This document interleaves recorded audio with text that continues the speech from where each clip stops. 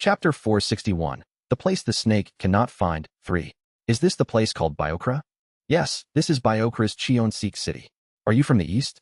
Welcome to Cheonium City. They're saying it's Cheonium City.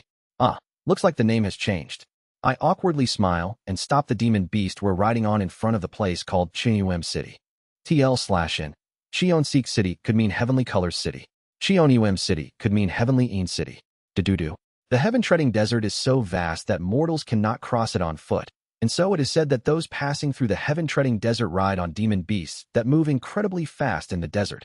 What we rode on is a pet demon beast used for desert crossings, a crossing desert crocodile, Jinga, which we had stolen from a tribe in the east. It was quite useful. You can tie up the desert crossing demon beast here. Oh, by the way, would you be interested in selling it? At Cheonium City, which is located at the extreme edge of Biokra and adjacent to the heaven-treading desert, one can easily see groups of demon beasts and cultivators raising these beasts. Most of them seem to be around the second or third star of the Chi refining stage. After selling the crossing desert crocodile we rode on, I take a look around. This place dresses a bit better than those in the east. Haha, Myung-hoon would be disappointed, wouldn't he? Or maybe, since there are many pale-skinned people here, he might like it even more. What do you think, John Myung-hoon? Kim Young-hoon marvels as he looks around Cheonium City, while Oh Hyun-suk chuckles and teases John Myung-hoon. However, John Myung-hoon's reaction is unexpectedly lukewarm. Not really impressive. Oh, really no interest at all? Yeah, well, they're all pretty, but for some reason, I'm just not drawn to them. Or rather, it feels like my heart gets pricked whenever I look at a woman, something like that. I glance at my comrades. Even now, except for me and Seo Ran, the others haven't fully gained awareness yet. This brat. Is this really the same John Myung-hoon from Earth? I don't know. Who knows? Maybe there's someone fated to be my wife in this world. As Oh Hyun-suk continues to tease him, John Myung-hoon responds as if annoyed, and I bitterly smile as I look at him. It seems even though he's lost his memory, his feelings for Jin So-hae remain unchanged. But for now, that isn't what's important. I, along with my comrades, enter one of the alleys of Cheonium City. In the original world, this was where White Magic Lotus used to be. It's not here. But for some reason, White Magic Lotus no longer exists. I squint my eyes. This is strange. I have already known for a while that this world is strange, but coming to Cheonium City made it even more clear. 100,000 years have passed, but the buildings and even the layout of the alleys are exactly the same. I can accept that Ascension Path is still the same. The fact that the language of the Eastern Monli I learned 100,000 years ago is the same as the current Monli's language is something I can also make sense of. I can even somewhat understand that the power structures of the mortals, including Monli, the Great Grasslands, Shungzi, Yanghua, and Biokra, are all still the same. After all, such things can persist for tens of thousands of years. But Cheonium City and Cheonseek City are not only identical in appearance, but even the structure of the alleys is exactly the same. It makes no sense that the appearance of a single city would remain completely unchanged for 100,000 years. And if the city's appearance is the same, then why is White Magic Lotus missing? I'm confused. I rub my forehead and leave the alley. Why did you go into the alley? I thought I saw something, but I was mistaken. I shake my head at John Myung-hoon's question and then go find some cultivators of Cheonseek City cultivators to ask. Chongmun Ryong? Are you asking about the Salt Sea Master Chongmun Ryong? At my question, a cultivator at the first star of Chi refining seems to think for a moment before speaking. From what I recall, I think there's a rumor that they were last seen somewhere around Shungzi. Shungzi? Thank you. Yeah, you must be trying to hear the Salt Sea Master's teachings. But be careful. There are a lot of ruffians around the Salt Sea Master, so it's easy to get into trouble. Yes. Thank you for the advice. After giving my thanks to the cultivator, I turn around and realize something odd. What's this? A cultivator giving advice to a mortal. Even though Cheonseek City, Cheonium City, is said to be a city where cultivators and mortals live together harmoniously, but that doesn't mean cultivators aren't arrogant. Originally, even in the head realm, unless it was someone like Book Hyunghwa or Book Jungho, the cultivators of Cheonseek City had a subtle but prevalent tendency to look down on mortals. In places like Eastern Monli, where manpower is scarce, there were quite a few kind cultivators, and I was treated well because my name was well known. However, I never expected to receive such treatment from a cultivator in Biokra, so it's a little surprising. Hiding my bewilderment, I set off towards Shungzi. We arrived at Shungzi after passing through Yanghua. Along the way, we heard quite a few rumors about Chongmun Ryong, making it easy to pinpoint his location. Also, his current situation can be grasped. He occasionally settles in a quiet valley and gives sermons. and around him are groups of ruffians eager to become his disciples. But Changmun Ryong doesn't seem to mind them much. It seems like his disciple is controlling the thugs and preventing them from causing trouble for Changmun Ryong. Good. For now, let's go meet him quickly, whatever the situation may be. We head towards the far western edge of Shengzi, where Changmun Ryong is said to reside. Beyond Shattered Heaven Peak, towards the coast facing the archipelago region, the westernmost coast of Shengzi. It's famous for its clear skies and has developed through trade with ships coming from the west. Today, the already bustling coast is even more crowded and lively. Hey, have you heard the rumors? Salt Sea Master is recruiting disciples. You mean Salt Sea Master Changmun Ryong, known as the continent's greatest sage and the one with the deepest enlightenment? Yeah, that's right. Let's hurry to the site of the Dharma Assembly.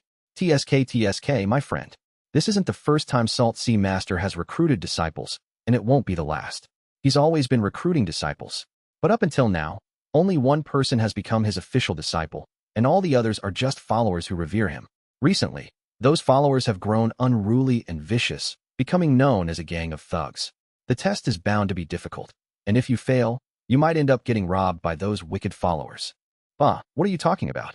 No matter what the test is, you won't know until you try. And even if the followers are thugs, if you befriend them, you'll end up getting acquainted with a useful martial force. Many people, filled with dreams and hopes, gather at the location of Salt Sea Master Changmun Ryong's Dharma Assembly. The place where Salt Sea Master preaches is on the coast of the western extreme, atop an abandoned ship. Salt Sea Master Changmun Ryong stands atop the abandoned ship, gazing at the sky while feeling the sea breeze. Master, the wind is cold. Please wear something warmer. Someone approaches from behind Changmun Ryong and respectfully offers him a thick garment. Changmun Ryong smiles faintly and says, "Judging by the wind, it seems that I might find a proper disciple today. Perhaps you'll soon have a junior brother or sister." TL/N. AM is the name. Is the added term of endearment. At Changmun Ryong's words, the person grits their teeth ever so slightly and asks him, "Master, is this disciple lacking to inherit your legacy?" "What are you saying, AMA? I would love for as many people as possible, including you, to understand my will. Anyone who accepts my will inherits my legacy. You are the same." "Understood. I will go prepare for the sermon." After placing the clothes they brought in front of Changmun Ryong, they step back. Changmun Ryong glances at the garment left behind and gives a bitter smile. "What am I to do with that child?" At the western end of Shengzi, in the Huaixi province, we arrive at a place called Clear River County and hear the news that Changmun Ryong's Dharma Assembly will soon begin. "Is Seo Ran okay?" "Yes, after her seizure yesterday, she gradually calmed down, and today, she's completely settled." "Is that so?" "Got it." I thank Kim Yun, who has been caring for Seo Ran at the inn, and decide to quickly go find Changmun Ryong. Then, I'll be off. After greeting Kim Young-hoon, Oh Hyun-suk, and the others, I leave the inn. Outside the inn, John Myung-hoon is standing, adjusting his clothes. He seems to be feeling like something is missing. He used to always hold Jin So-hae's hand. Now that it's gone, he must be feeling that absence keenly. It seems that John Myung-hoon will regain his memories soon. "What are you staring at? Hurry up and get going." He waves at me with an irritated look on his face. It doesn't feel right to say anything to him now while he doesn't remember anything. Once his memory returns, I'll have to give him a good beating. I chuckle at John Myung-hoon's attitude, and then swiftly head towards the place where Changmun Ryong is said to be holding his Dharma Assembly. How long have I run using Mountain Lord's soaring flight? In the distance, I see a place where people are gathered in droves. Good. For now, I'll get as close to the front as possible, and just as I'm about to move towards the front to meet Changmun Ryong as quickly as possible. "Hey, who are you?" Cultivators at least at the 4th or 5th star of Qi refining, and some burly men trained in martial arts block my way. All the regular seats for Teacher Salt Sea Master's assembly are already full. If you want to catch a glimpse of him from afar, just stand around here. By any chance, how can one get the regular seats? What do you mean how? It's obviously first come, first served. After the assembly, Salt Sea Master conducts a disciple recruitment test for those in the regular seats, so competition for those spots are fierce. First come, first served, huh? I glance at the people sitting in the regular seats. They're all either wealthy, or have high-level martial skills, or spiritual power. I glare at them while hearing the sound of silver coins jingling in their pockets. Does the great Salt Sea Master know you're selling his assembly seats for money? No? Watch your mouth. Do you think I'm your friend? Just as he reaches out to grab me. Clench. Someone grabs the thug by his clothes from behind and shoves him aside. It's when I offer my thanks to the person. Haha. Thank you for stepping in. They place their hand on my shoulder and says, "Do not cause a scene at Master's Dharma Assembly." I glance up slightly at the one who suddenly intervened to stop our quarrel. quite tall. Their entire body is wrapped in loose rags, making it impossible to tell if they are a man or a woman. They are covered in white bandages from head to toe, leaving no skin exposed. Not a single bit of skin is showing. How do they breathe? And they called him master? That means this person must be Chongmun Ryong's only disciple at present. I grin and respectfully perform a fist and palm salute. Greetings, elder brother. Or is it elder sister? I'm not sure. But anyway, I wasn't trying to cause a scene. It's just that these guys seem to be selling seats for Elder Chongmun Ryong's Dharma assembly for money, so You were about to rip the guy's arm off. I pause and look at them. The only visible part of the bandaged monster's face is their eyes. They have small pupils, giving them a four white eyes look, and their sharp gaze alone makes them seem rather unsettling. TL/N. Four white eyes refers to a particular eye appearance where the whites of the eyes are visible above, below, and to both sides of the iris. Search up Subagan on Google if you want a visual image. It basically looks like someone with their eyes wide open starting at you. Do not add screams to Master's Dharma assembly. If you disturb him, I will not forgive you. Crack. They tighten their grip on my shoulder. This person. I meet the gaze of the bandaged disciple of Chongmun Ryong, the Chi building stage, and they mastered external martial arts to a high level, too. I grab their wrist and pull their hand off my shoulder. Touching someone's shoulder without permission is rude, elder brother. I am not your senior. In any case, the seats are full, so come back next time. Now get lost. Haha, that won't do. I have a matter to seek Elder Chongmun Ryong's help with today, and I've already made up my mind to become his disciple. You. The bandaged monster's eyes twitch at my words. It seems something about what I said made them feel displeased. In an instant, killing intent fills their eyes. Scram immediately. Before I kill you. You told me not to add screams to your master's Dharma assembly, didn't you? Do you think I can't kill you without making you scream? I smirk and reply. I doubt you can. The next moment, they kick me. Pa-bang. Despite it being just a kick, the sound of a bomb exploding echoes, and I'm suddenly sent soaring high into the sky. At the same time, spells bind me, preventing any sound from escaping. They mastered external martial arts to this degree? This isn't just external martial arts, it's practically a body refining method, isn't it? I see. Could it be that they have learned the Azure Heaven Creation sect's methods? As I look at my body, which has been launched up to the cloud level with a single kick, I begin to take out my weapons. Clink, clink, clink, clink. As the bandages unwind, dozens of bizarre weapons I had brought begin scattering in the sky. Pot. I see the bandaged monster flying towards me using flying spells. You want to have a go? Flash. And just as I'm about to say something, they kick off the air and launch a punch towards me. Tuckwang. I am blasted from the sky above the coastline to far away into the sea, while beyond the area where Chongmun Ryong is holding his Dharma assembly. What kind of brute strength? I twitch my eyes, clicking my tongue. I remember how they kicked off the air just now. That wasn't a step using the realm of five energies converging to the origin to read the flow of the air and step on the void. They just kicked the air with sheer brute force to leap forward. In that state, they used a spell to cancel the shockwave noise, producing an effect similar to air stepping. That is what this bandaged monster is. Pat it. The bandaged monster flies toward me. Boom. As they rush in and throw a punch, a shockwave explodes, splitting the nearby sea and sending waves crashing. Kugwang. Though I can no longer fully read the air's flow due to the absence of my consciousness domain, I, too, step on the air based on my experience and shout. Hey wait, why are you so intent on killing me? One disciple is enough. I create a pseudo-formless sword through the heavenly silkworm controlling ghost art to counter their strike, feeling puzzled. There must be plenty of people who want to be his disciple besides me, no? Sure, but someone like you seems qualified to become his disciple, so it's better to eliminate you in advance. What kind of dogsh? Thinking back, it's strange. I was thinking about ripping that thug's arm off earlier, but I hadn't let out any killing intent. I only thought about it, and yet they noticed. And how did they know I intend to become Chongmun Ryong's disciple and are charging at me so confidently? Who is this person? Honestly, I have no idea. There's no one that comes to mind. As I clash with them using the heavenly silkworm controlling ghost art, we fly over the sea. Their attacks are so overwhelmingly aggressive that I have no choice but to be pushed back at first. It's while I'm dodging their firsts and strikes that I notice something. HM, a merchant ship? A ship passing below suddenly appears before my eyes. And in that moment, while I glance at the merchant ship, can you not focus? Incompetent fool. Someone like you can never become master's disciple. Do you understand? Suddenly, the bandaged monster shouts furiously and flies straight toward the merchant ship. I flinch in shock and shout. Wait, you crazy bastard. Kugwagwagwang. The bandaged monster crashes directly into the merchant ship, shattering it to pieces. I stand there, stunned, my mouth hanging open. Just because I glanced at the ship for a second during our fight, they destroyed the merchant ship? From the look in their eyes, it's clear they're not doing this to make me focus on the fight or to enjoy the battle. It's just pure, insane behavior meant to piss me off.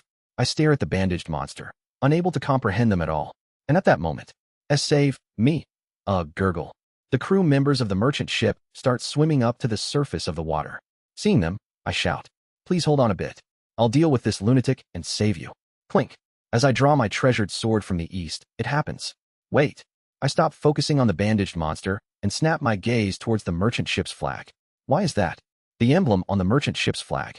It's the national flag symbolizing the royal family of Penglai Kingdom. I quickly launch an attack at the bandaged monster and, in that brief moment, descend to the surface of the sea and ask one of the crew members, "You all, from where do you sail from? And who owns this vessel?"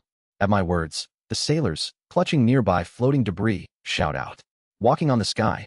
Is it a Sir Immortal? We are the crew of the royal trading ship from Penglai Kingdom.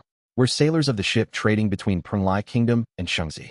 The owner of this vessel is none other than Her Majesty, the great queen of Penglai Kingdom." I'm too shocked to speak for a moment, but I gather my composure and ask, "This Penglai Kingdom you speak of, in which direction is it from Shangzi?" The sailor points west. "If you sail endlessly westward, you will reach the territories of our Penglai Kingdom." "No, that's nonsense. If you go further west from Shangzi, all you reach is the world's end, guarded by the World Shield Force. This world is flat, so if you go to the end of the sea, all you'll find is the end of the world." As I mutter in confusion, Tukwang, the bandaged monster lands on the water's surface where I am. Chua! A massive column of water shoots into the sky. I barely manage to dodge it, but the sailor I had been talking to is split in half and dies instantly from the bandaged monster's attack. The bandaged monster sneers at me and says, "This idiot. The world is flat. Everyone knows the world is round. It's common knowledge. The country on the other side of this continent is none other than Penglai Kingdom. You fool." Through them, I learn a shocking truth. This world is connected to the world of Penglai Island. And the world is round. Filled with confusion and terror, I look up at the sky and shout, "The head realm is round. That's nonsense. That can't be. This world is flat." Translator notes, Co Un Hyun is a flat earther kek. Chapter 462, the place the snake cannot find 4. The world isn't flat, but round? And it's connected to the world of Penglai Island? I am confused by this nonsensical truth. The reason for my astonishment is simple. It's exactly the same as the head realm. I thought it was because of fate. Even though chi is scarce and the plane of soul doesn't exist, fate itself exists in the form of attraction force. I thought that was why everything, down to the alleyways of Cheonseek City and Cheonum City, was the same. In short, I believe the fate of this world is identical or at least similar to the fate of the head realm. However, what does it mean that the world isn't flat but round? This isn't simply a matter of debates like the flat earth theory or spherical earth theory. It's the fact that the form of attraction force must be completely different. The difference between a flat world and a spherical one is that the force of gravity operates completely differently. Since fate is attraction force, it means that the fate of this world is entirely different from the head realm. However, I've confirmed it in the alleyways of Cheonseek City, and again in Shangzi, Biokra, and Yinghua. The groups and places in this world are almost identical to those in the head realm. That means that in this world, there is something absolute called fate, and if the form of that fate is not similar to that of the head realm, it would be impossible for it to exist like this. Even so, this world is not flat. What does that signify? It means this is a place controlled by a being capable of manipulating fate. Of course, it could simply be that the owner of Salt Mountain left this world behind and set it up that way, but I don't think that's the case. I recall this someone who spoke to me by the campfire back on Ascension Path. That someone said they would not let it go if a snake is brought into this world. In other words, there's something akin to an administrator in this world. And that administrator is observing us in real time. Of course, one could think that this world is merely a dream created based on our memories. But that's not it. It's not just a simple dream. Recently, I've started finding more and more evidence that this world isn't merely a dream. This world might be another dimension, similar to the dimension cluster of the ancient force realm. Thus, under the assumption that this world is not merely a dream but another dimension, I concluded that an administrator exists in this world. I hope the one managing this world doesn't harbor malice toward us. Amidst this confusing situation, I pray that the administrator of this world doesn't send malice our way. While I'm organizing my thoughts, the bandaged monster's attack comes flying at me again. Tukwang. Once again, a stream of water surges up. After seeing the dead sailors, I glare at the bandaged monster. What wrong did they commit? No, forget it. I know well the nature of these kinds of people. They possess a disposition infinitely close to evil, the nature of devil path leaders. Whoa. There's no need for me to understand them. Kirik, Kiririk. The bandages wrapped around my body wriggle as if they are alive. Bang. I leap into the sky and start to dance in the air. Boom. Starting with daggers, dozens of bizarre weapons fly toward the bandaged monster.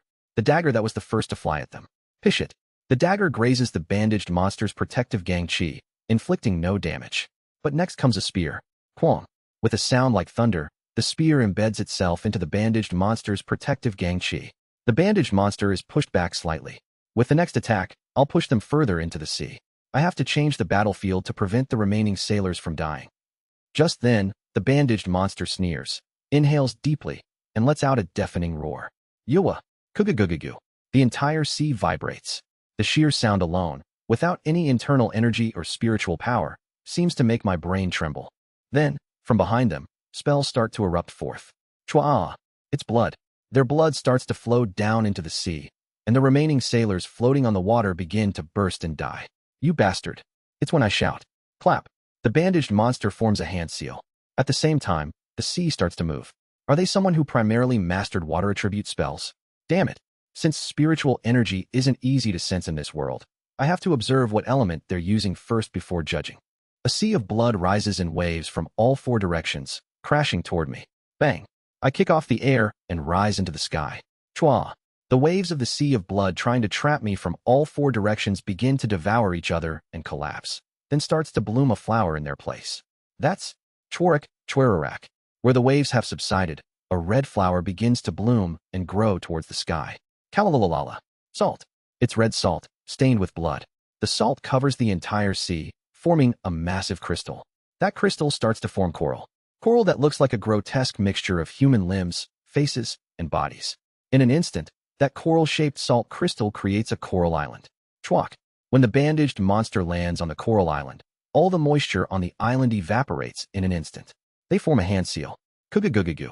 The coral island begins to rise into the sky. The bandaged monster manipulates the coral island as if controlling a flying fortress. Flash, flash. Beams of light shoot out from the grotesque red coral island made of salt crystals. Madness. Tat it. I narrowly dodged the beams from the coral island. Even in this world where spiritual energy is hard to sense, the energy coming from the beams is treacherous. If I get hit, I'll die on the spot. Kirik, Kiriririk. I move the bandages and step through the air. Surung. At the same time, I draw a sword from my robe. The treasured sword of a desert tribe. The treasured sword called Howling Resplendent Sword. Said to have been forged by an artisan from Monli who picked up a black stone from the desert and was refined through generations. So, it's a sword made from the Black Castle, huh? It's essentially a relic of Yang Sujin's shrine. Anyway, this Howling Resplendent Sword has only one ability. The more despair it consumes, the sharper, keener, and stronger it becomes. It doesn't matter whether it's the despair of the opponent or the despair of its owner. Crack. I channel the pain I feel in my heart essence into the Howling Resplendent Sword. Why yang? The Howling Resplendent Sword glows with a murky purple light as it begins to strengthen.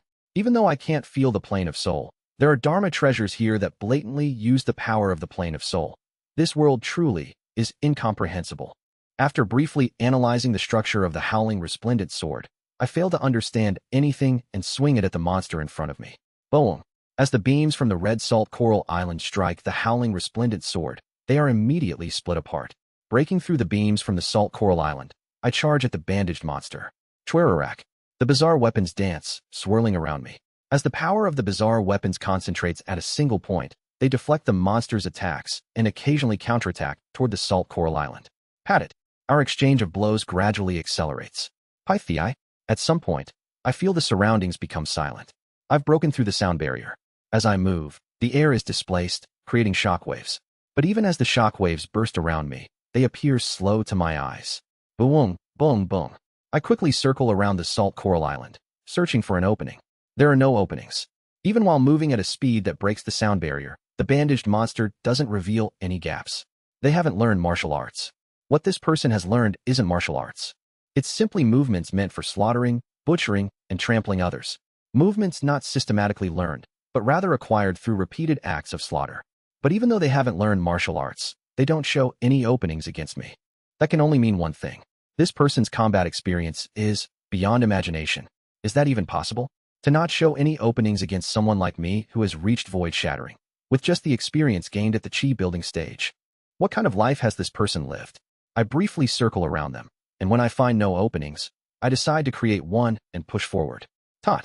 The spear touches their protective gang chi. Pot. The monster's hand moves as if they were waiting to grab the spear, but in that brief moment, I swap the spear for the sickle. The blade of the sickle catches on their arm. Using the sickle hooked on the monster's arm as leverage, I release my bandages. Chwerak. At the same time, I move behind the monster in an instant and bind them with the bandages. Pathit. Hut. Just as the monster tries to break free from the bandages, the spear I retrieve pierces their side. Of course, being a chi-building cultivator, their entire body is filled with protective gang chi, so they don't take any damage. But it's the third time. The spear has struck their protective gang chi 3 times. And through the 2 previous strikes, I've already discerned the vibration frequency of their refined, pure spiritual force through the bandages tied to the spear. Though heaven and earth spiritual energy follows different laws from the material realm, when it enters the body of a cultivator at the chi building stage and becomes pure spiritual force, it mixes with the laws of the material realm to some extent. The frequency that exists only in matter also becomes present in pure spiritual force. I raise the howling resplendent sword, letting it cry. Perhaps realizing what I am about to do, the bandaged monster draws upon the energy of the red coral island to its fullest. Severing mountain swordsmanship. Mountain echoes valley response. Ting. From the howling resplendent sword, a whale-like sword cry erupts. Sword energy, in the form of a sword wave, starts to shake the entirety of the pure spiritual force flowing through their spiritual veins. Quiaf. The bandaged monster, writhing in agony, draws even more power from Salt Coral Island. In an instant, Pot. The Salt Coral Island emits a brilliant light, and a gigantic beam, unlike anything before, shoots toward me. Seeing that beam, I feel a sense of déjà vu. Salt Sea returning Dew Jade. I begin manipulating the bizarre weapons using the heavenly silkworm controlling ghost art. Chwerak, Chwerarak. The bizarre weapons start to rotate around me. As they spin, they each unleash different techniques. These are techniques modified from severing mountain swordsmanship to suit each weapon. In an instant, 22 techniques converge, and I compress the ultimate move of severing mountain swordsmanship before letting it erupt. Severing. Quaduduk. Dozens of bizarre weapons shine as they start to split the incoming beam. Mountain. Dedududuk. The move of severing mountain cleaves the beam apart and heads straight for the bandaged monster, who has exhausted the power of the Salt Coral Island. Flash. In an instant, the power of severing mountain strikes the bandaged monster, and I swing the howling resplendent sword one last time, opening my mouth. Sorry for having to kill you. I didn't want to kill a disciple of Changmun Ryan. Then, Quaduduk.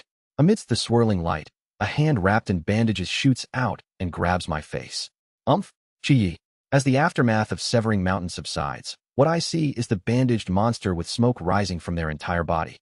How. I resonated the entirety of their pure spiritual force through Mountain Echo's valley response and made it explode. Their spiritual veins should be in ruins. Not to mention, that last move was meant to kill. That recent move was strong enough to cleave a mountain in half. And yet, the bandaged monster, a mere chi-building stage cultivator, hasn't died. The bandaged monster meets my gaze. They smirk and say, "It was amusing, but what an arrogant name. Severing mountain. You will split a mountain? Ha ha ha ha." They laugh maniacally. Go ahead, wave that pathetic toothpick around for 100 days.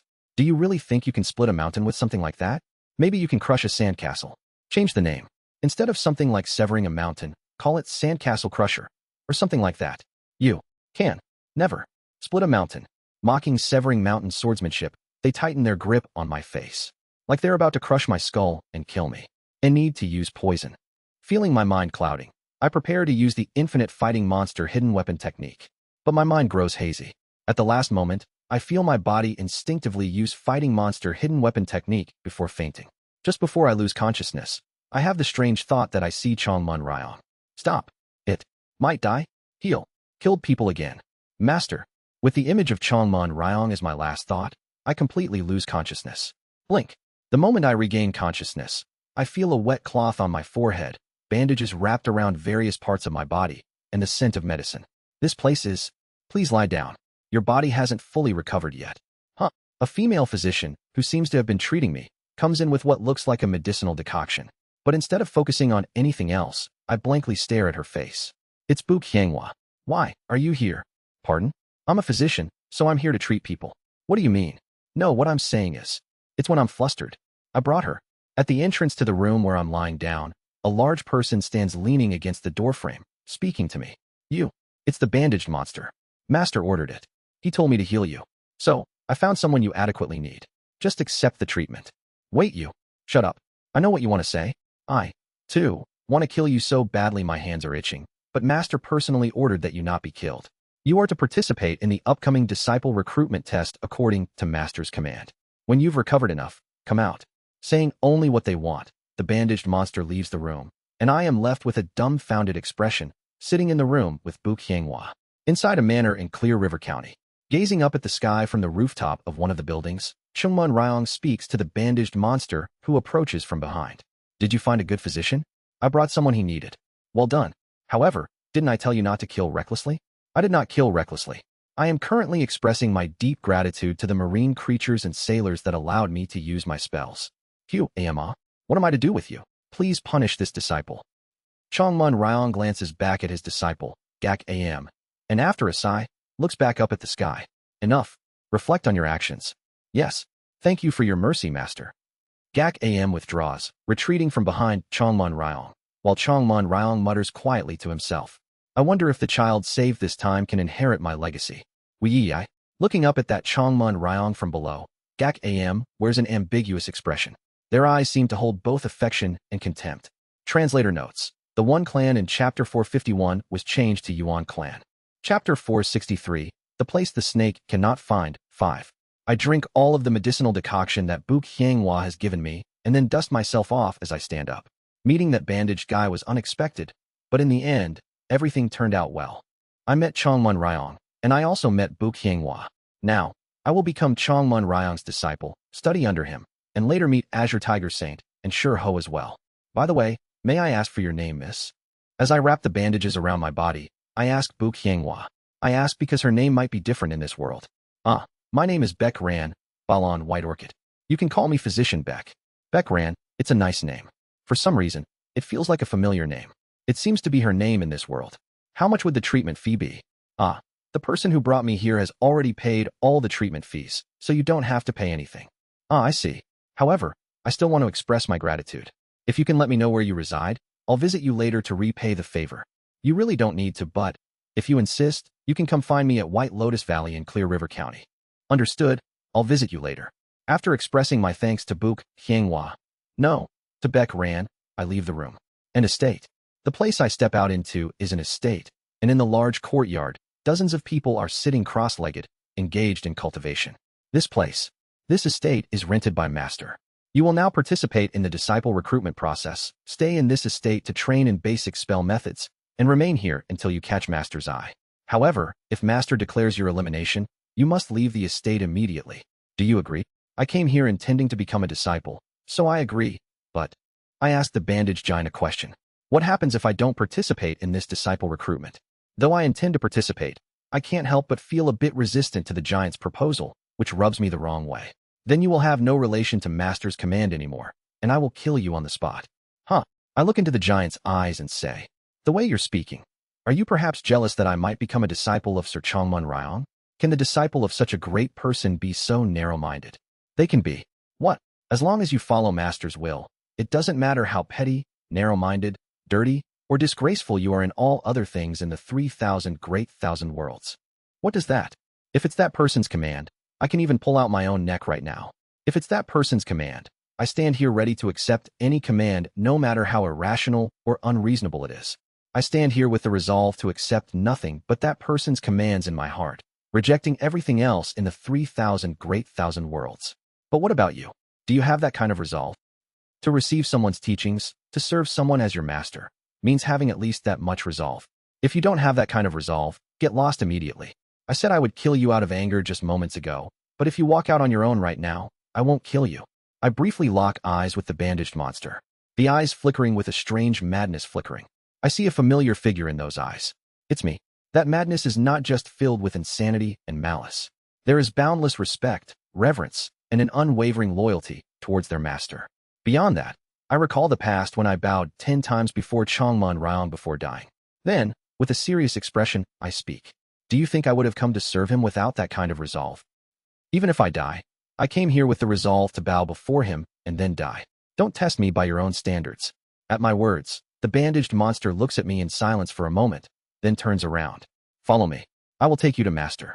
I follow the bandaged monster. Before long, I meet Chongmun Ryong. Are you the child who fought with my disciple?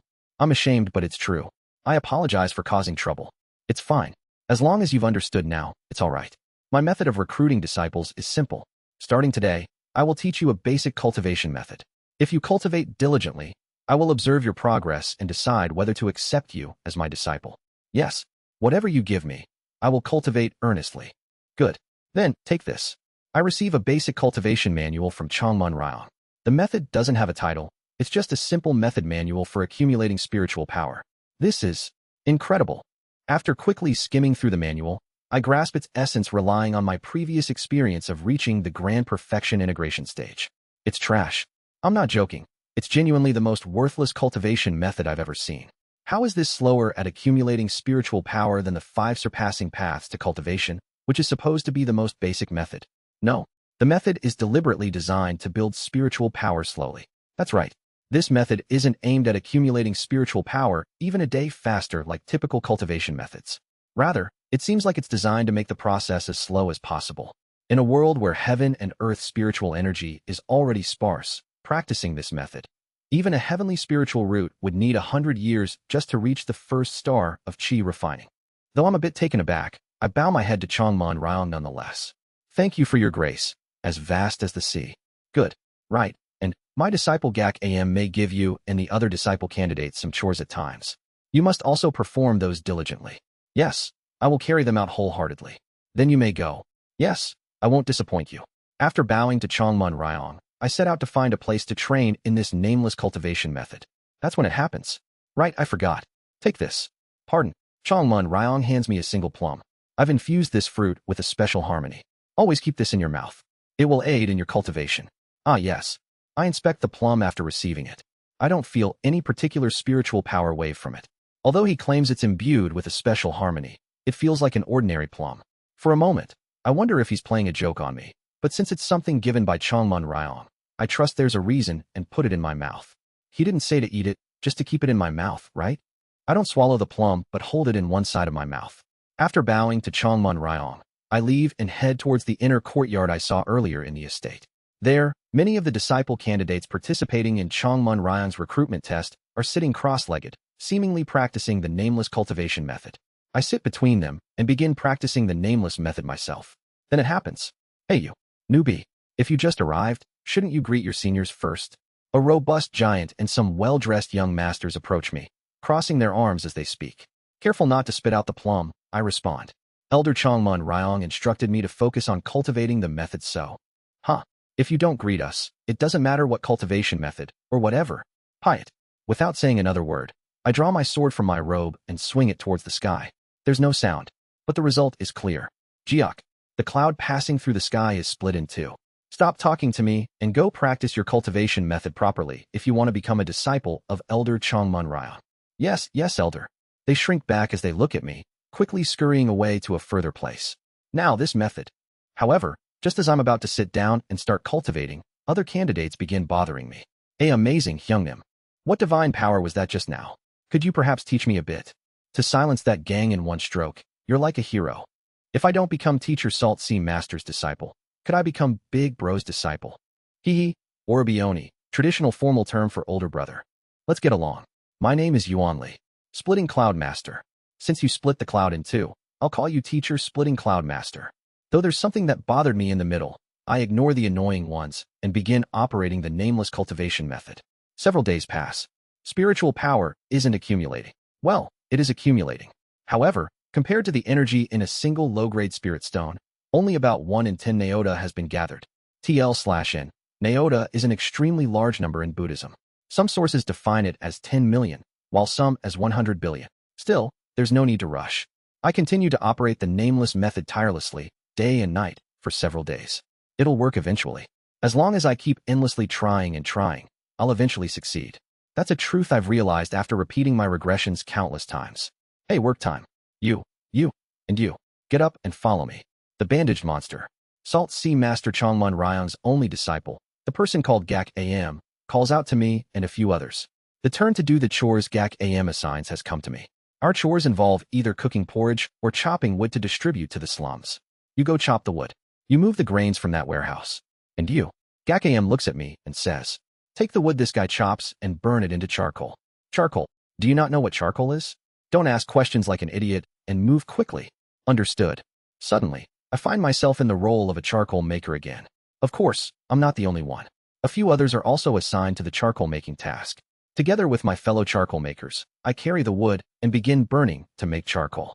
And as we work, I notice the other fellows taking the plums out of their mouths. Wait, aren't we not supposed to take those out of our mouths? Chongmun Ryong's plum doesn't seem to contain any spiritual energy, but I don't know what's up with it. Even after several days of keeping it in my mouth, it hasn't spoiled. It seems like it's been harmonized with some law of this world that I'm not familiar with. In any case, I'm surprised to see them taking out the plums and ask them, but they look at me with an expression saying so what? And question me back. What are you talking about, Hyungnim? Doesn't what Sir Salt Sea Master said just mean to carry the plum with us? That's right, Hyungnim. How could anyone keep a plum in their mouth all the time? It'd be uncomfortable when you sleep. And what if it rots while keeping it in your mouth? At their words, I ask with confusion. It rots. Pardon? Isn't it obvious? It's sitting in your mouth for so long, soaked in saliva. When I took it out the day after receiving it from Sir Chongmun Ryong, I found it had already rotted. What? The one in my mouth is still fine. It's more than just fine. It's as fresh as if it was picked just moments ago. So why did theirs rot instantly while mine is still fresh? Wondering about this, I continue to burn charcoal. A month passes. I stay in touch with my comrades staying nearby through letters and continue my cultivation. And gradually, I begin to notice something. I'm losing strength. The more I practice the nameless cultivation method, the more my body loses physical strength and grows weaker. In the past, with one sexagenary cycle of internal energy, I could easily lift an entire house. But these days, let alone a brick, even lifting a spoon is too much of a struggle. If it wasn't Chongmun Ryong, I'd think I was under some kind of curse. I look at my arm. The more I practice the nameless method, the more my body withers away. Just a month ago, my body was fairly robust, but now I've become almost as thin as a scarecrow. But my heart is becoming clearer. Spiritual power does not increase, and only my body continues to worsen. However, the more I cultivate inside Chongmun Ryong's estate, the more my heart gradually becomes at peace, my mind clears, and the feeling of worry vanishes. As I hold the plum in my mouth, I extinguish the lamp in my assigned room and think to myself, what kind of harmony is infused in this plum? Before long, many of the other disciple candidates have been eliminated, leaving only me and 3 or 4 others in the estate. Among them, none seem to understand why they haven't been eliminated yet. However, I think I understand the condition under which Chongmun Ryong decides whether to send away or retain disciples. Is it the plum? Only those who have kept the plum that Chongmun Ryong gave us in their mouths from the beginning until now have remained. Surprisingly, many had taken the plum, which Chongmun Ryong had handed over casually, in and out of their mouths to taste it, which resulted in them being dismissed. But the others will soon realize as well. There are 4 of us left, including myself. But I heard that Chongmun Ryong's trials are so harsh that none have passed except that GAC AM. Is this really the end? It's when I'm pondering this. Everyone come out. GAC AM shouts as they drag us out of the room. Now that all the others who used to handle the chores are gone, from now on, you lot will have to handle all the chores that everyone used to do. Understand?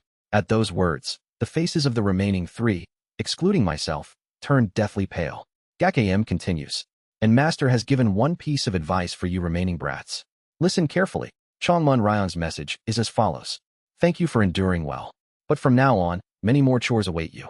Whenever that happens, remember the plum that you have in your mouth. When it's hot or when you're thirsty, when you're exhausted or when you're hungry, think of the plum I gave you and gather your strength. That's all. The others seem bewildered. I too am a little puzzled, but I interpret Chongmun Ryong's message in my own way. This plum is a fruit Chongmun Ryong imbued with a harmony for us. To remember the plum is to remember Chongmun Ryong's grace. Let's draw strength by recalling the Master's grace. The other candidates have grim expressions. Their physical conditions have become similar to mine. And so, we fall into the endless hell of chores. Another month passes. Scripescripescripy. The remaining disciple candidates are now only me and 1 other person. We are currently in the kitchen, peeling potatoes. Our appearances are now no different from that of skeletons. Even holding the potato peeler is difficult. My body is utterly drained of energy. Honestly, even I don't understand how I'm still moving. There's not a single bit of energy left in my body. In this condition, dying is only natural, but just what strength is keeping me moving? I roll the plum inside my mouth with my tongue as I ponder. Is it the plum? As Gak Am had conveyed. Every time I lick the plum and think of Chongmun Ryong, my body somehow continues to move. There's clearly no energy, no soul that I can sense. It's an astonishing harmony.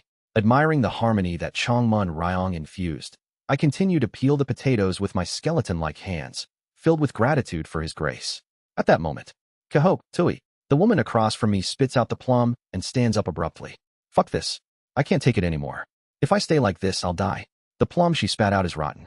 I finally understand. Chongmun Ryong is a fraud. How can he make people keep a rotten plum in their mouths for months? Make them learn a method that makes their body weird, and still not accept a disciple? I need to get out of here. Oh, Orabioni, let's leave too, shall we? Go by yourself. I don't even look at her, and continue peeling the potato. HNG, damn it. What good will come from cultivating under this fraud? Look at this. My beauty, my nearly perfect face has been ruined after coming here. I'm leaving. Damn it. You stay here, and let this fraud work you to death for all I care.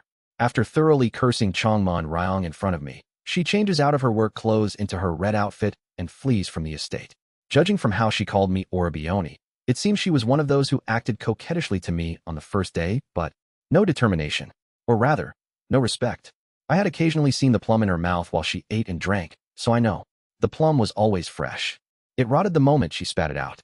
Chongmun Ryong's harmony is real. He won't let us die. I hold this unwavering faith in him in my heart, and continue to work silently and diligently. A while later, Gak Am comes to me. When will the test end? I ask them.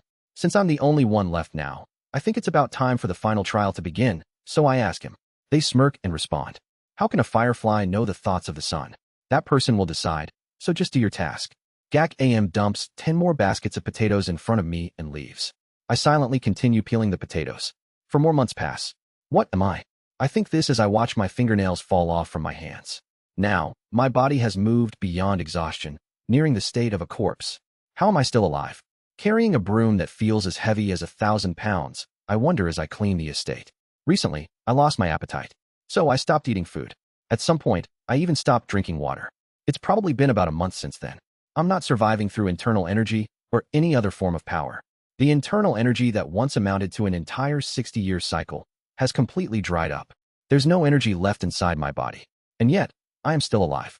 I briefly stare at my body, dried up and shriveled like a tree stump, and take a deep breath. I don't know, but what's certain is, I came here seeking to become Chongmun Ryong's disciple. I remember the grace I received from him. I remember the time I spent with him. I remember the bow I offered to him. I think of my own disciples. I sacrificed my life for them. That is what the relationship between a master and disciple is like. A relationship where one can sacrifice their life for the other. The relationship between a master and a disciple is like that of a parent and child. That's why, in the word Sabu, another title used to address a master, the character Bu, Fu, meaning father, is included. But the Chongmun Ryong to whom I once bowed has vanished beyond the timeline. The one here now is a different Chongmun Ryong. And yet, even so, I chased after his traces and came all the way here, seeking to establish a disciple-master relationship once again. Why? I ask myself. Why? Even though he's a different person, am I trying to form this connection? This is a question I've asked myself countless times. It's a question I've answered in my own way many times, yet I find myself asking it again and again. Perhaps it's because it's that important. Because the name is the same? Because the appearance is the same? Or because despite the regression, the soul remains the same? No matter what answer I come up with, it feels lacking. I grit my teeth. Why is it? Why am I so obsessed with this relationship with him? No, it's not just Chongmun Ryong. It's the same with Bu Qianghua. The same with Kim Yun. I know it too. I am obsessed with connections. Sometimes, to the point where it feels excessive. And the result of that obsession is precisely the canvas of myriad forms and connections. Why do I obsess so much? I begin to question the very existence of the canvas of myriad forms and connections. The canvas of myriad forms and connections is something that manifests my connections. And in order to reach void shattering, one must sever obsessions and manifest the void. Yet, I embraced all the connections within the canvas of myriad forms and connections and overlapped them to create impermanence. Someone's words flicker through my mind. The heart is essentially death. Countless topics flash through my head. Then, I snap back to my senses. I suddenly recalled the moment when countless followers were annihilated. And I saw the owner of the colossal mountain that appeared as if it were crushing the entire universe. Great mountain. It was Great Mountain. Peak. But as I regained my senses, The one standing before me was Gak AM. Gak AM is looking down at me, holding a whip. I must have seen an illusion with my body being in the state of a corpse. What? You lazy bastard. How dare you slack off? This is the taskmaster assigned through me. Stop slacking and do it properly. They begin to whip me. With my body completely drained of energy, and my state being no different from that of a corpse, I can't resist Gak AM, who could overpower me even when I was at my peak. My skin tears. An intense pain overwhelms my mind, but not a single drop of blood comes out. It seems my body is no longer in a normal state. I look up at Gak AM. The eyes are the windows to the heart. For some reason, I feel like I can understand Gak AM's emotions. They're angry. It's not just anger. It's anger mixed with fear. They are afraid that I will become Salt Sea Master's disciple. I see. Am I almost there? But why, I wonder? Even though I know the trial of Chongmun Ryong is nearing its end, I don't feel particularly happy. Right now, it feels more important to rid my heart of its burdens. It's strange.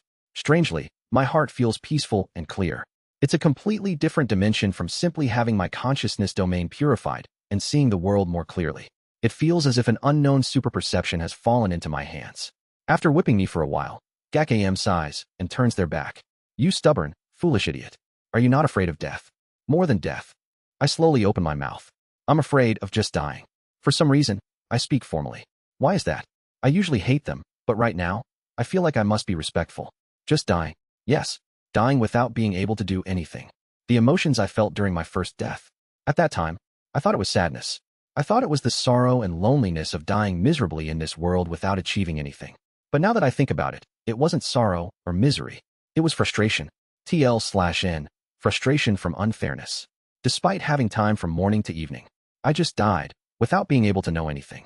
That's what frustrated me. Not being able to do anything. Not being remembered. Not being able to remember. Dying like that is what I'm afraid of. Then are you not afraid now? I could kill you with just a flick. I'm not afraid. Why not? Because this time, I smile warmly. I've realized the Tao. Someone once asked me, what is my Tao? I answered them. The causes and connections of all phenomena. Yes, my Tao is myriad forms and connections. Just by meeting someone, remembering their grace, being remembered by someone, and doing something together with them. Unlike that time when I died in loneliness, I am now so incredibly happy. I have realized my Tao. My Tao is myriad forms and connections. Myriad forms and connections refers to the heart that is given and received with the countless connections. Heart is essentially death. I finally understand the true meaning of what someone once told me. Why does the heart become colorless at the very end? That is, when the heart is completed through the exchanges with connections, one realizes the Tao. To realize the Tao means that even if one dies and becomes nothingness, there's no problem, so it becomes colorless. To summarize in 3 sentences, why do I obsess with connections, and what does it mean that the heart is essentially death? Connections are essentially the exchange of hearts, and realizing this is the same as realizing the Tao. Thus, if I attain the Tao in the morning, I am content with death in the evening, means that if one enjoyed life within these connections, one can also accept death with dignity. A person's life is essentially the giving and receiving of hearts. Since everyone's hearts are already within me, I am not afraid of death. I finally understand how I am moving, despite being in a state akin to a corpse. It's not because of something like the plum. I am no longer afraid of death, because I have confirmed that even if I die, the heart I have built remains. That is why, even though death is hovering over me, I am still alive and continue to move. This is it, isn't it? Not fearing death and realizing that the strength moving my body is the heart. Isn't this the final gateway that everyone must pass through to become his disciple? I ask Gak AM, who has turned their back to me. Gak AM says nothing but suddenly turns around and lashes their whip at me. Chwack, chwack. I calmly take a few strikes from their whip. They glare at me and say, I have not acknowledged you. Do not call me senior brother. Understood? And they grip the hand holding the whip tightly. My name is not Gak AM. What is it? The name Gak AM is just a phonetic borrowing of my real name. My name is actually Gao. What does it mean? I don't know either. My mother just picked up some words from around a temple and slapped them together into a half-hearted name. No meaning, no grammar, just a trash name. It has no meaning at all. But regardless, call me that. The pronunciation is tricky. Gak AM, Gaam, Gaom. I try pronouncing their name, eventually finding a version that feels adequately comfortable to say. From now on, I'll call you Gwak AM, senior brother. I bow to Gwak AM, and they glare at me before walking off. Don't call me senior brother. I'm not your senior brother. They disappear from my sight. I turn around. There stands Chongmun Ryong. Do you know why you haven't died? Because there are countless hearts dwelling within me. Do you know why you can move, despite having a body that's no different from a deceased? Because I no longer fear death. He looks at me and smiles slightly. Congratulations on passing the test, disciple. Without a word, I bow to Chongmon Ryong 10 times. Thus, after many lives, I once again become a disciple of Chongmon Ryong. And, congratulations on entering the basics of immortal arts, disciple. Pardon. Without using any energy, soul power, or spiritual power, you twisted the principles of the world with only your heart, truly accepting death and using that to reshape the world. That is what we call immortal arts. So me not dying was immortal arts?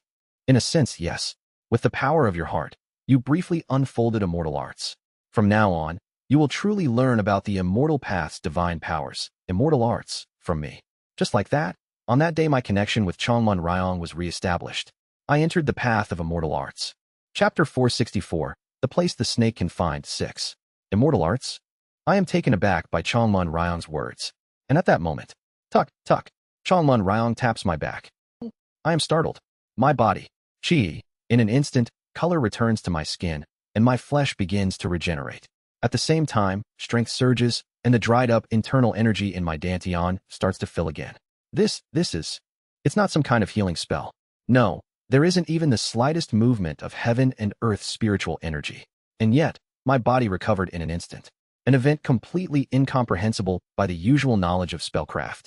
On top of that, the flesh torn from Guak Am's whip and the ruined body from the chores forced on me begin to heal, becoming stronger and more resilient.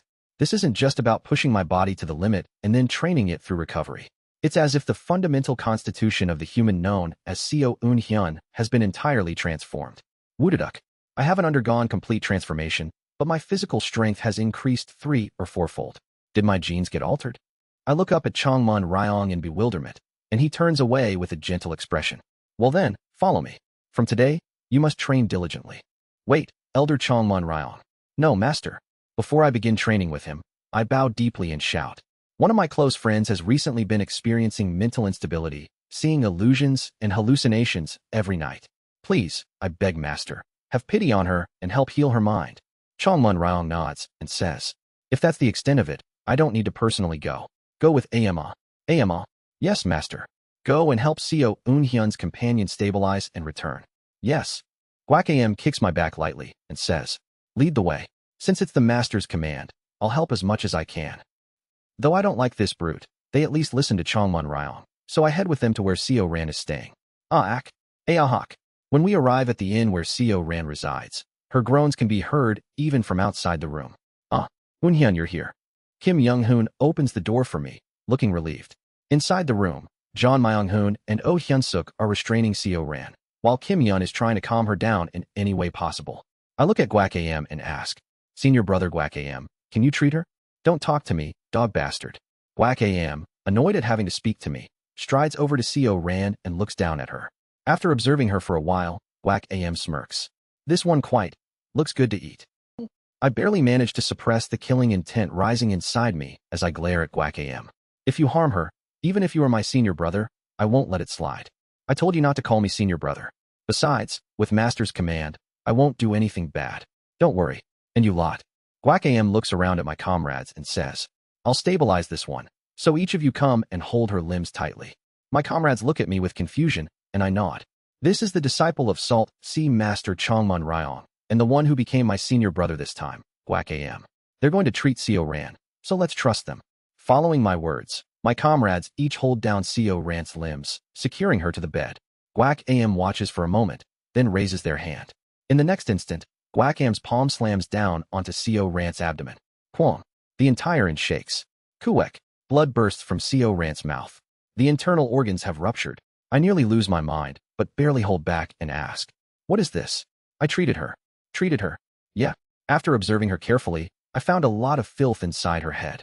I gave her a shock treatment to stop those unnecessary thoughts. With immortal arts, I've solidified her soul, so she won't be seeing any strange hallucinations for the rest of this life. Thank you very much. Though I trust them because they said immortal art, I grit my teeth as I look at Seo Ran, who looks like she might not survive this life at any moment. Guak Am turns and walks out of the room, saying, her internal organs are slightly ruptured. I was only instructed to treat her mind, so internal injuries aren't my concern, but Since that one seems interesting, I'll give you some advice. The best physician nearby for internal injuries is the one who treated you last time. Book Hianghua. I clench my teeth and bow my head. Thank you for the advice. With that, Guak Am leaves the inn, and Kim Young-hoon draws his sword. That crazy bastard. Eun-hyun, don't stop me. I'm going to see some blood today. Please stay calm. They're a monster. You won't be able to defeat them. And more importantly, it's a strange feeling. Though they clearly pushed Co Ran to the brink of death with malicious intent, at the same time, it feels like Guak Am is helping gather my comrades together. The physician they mentioned is indeed skilled.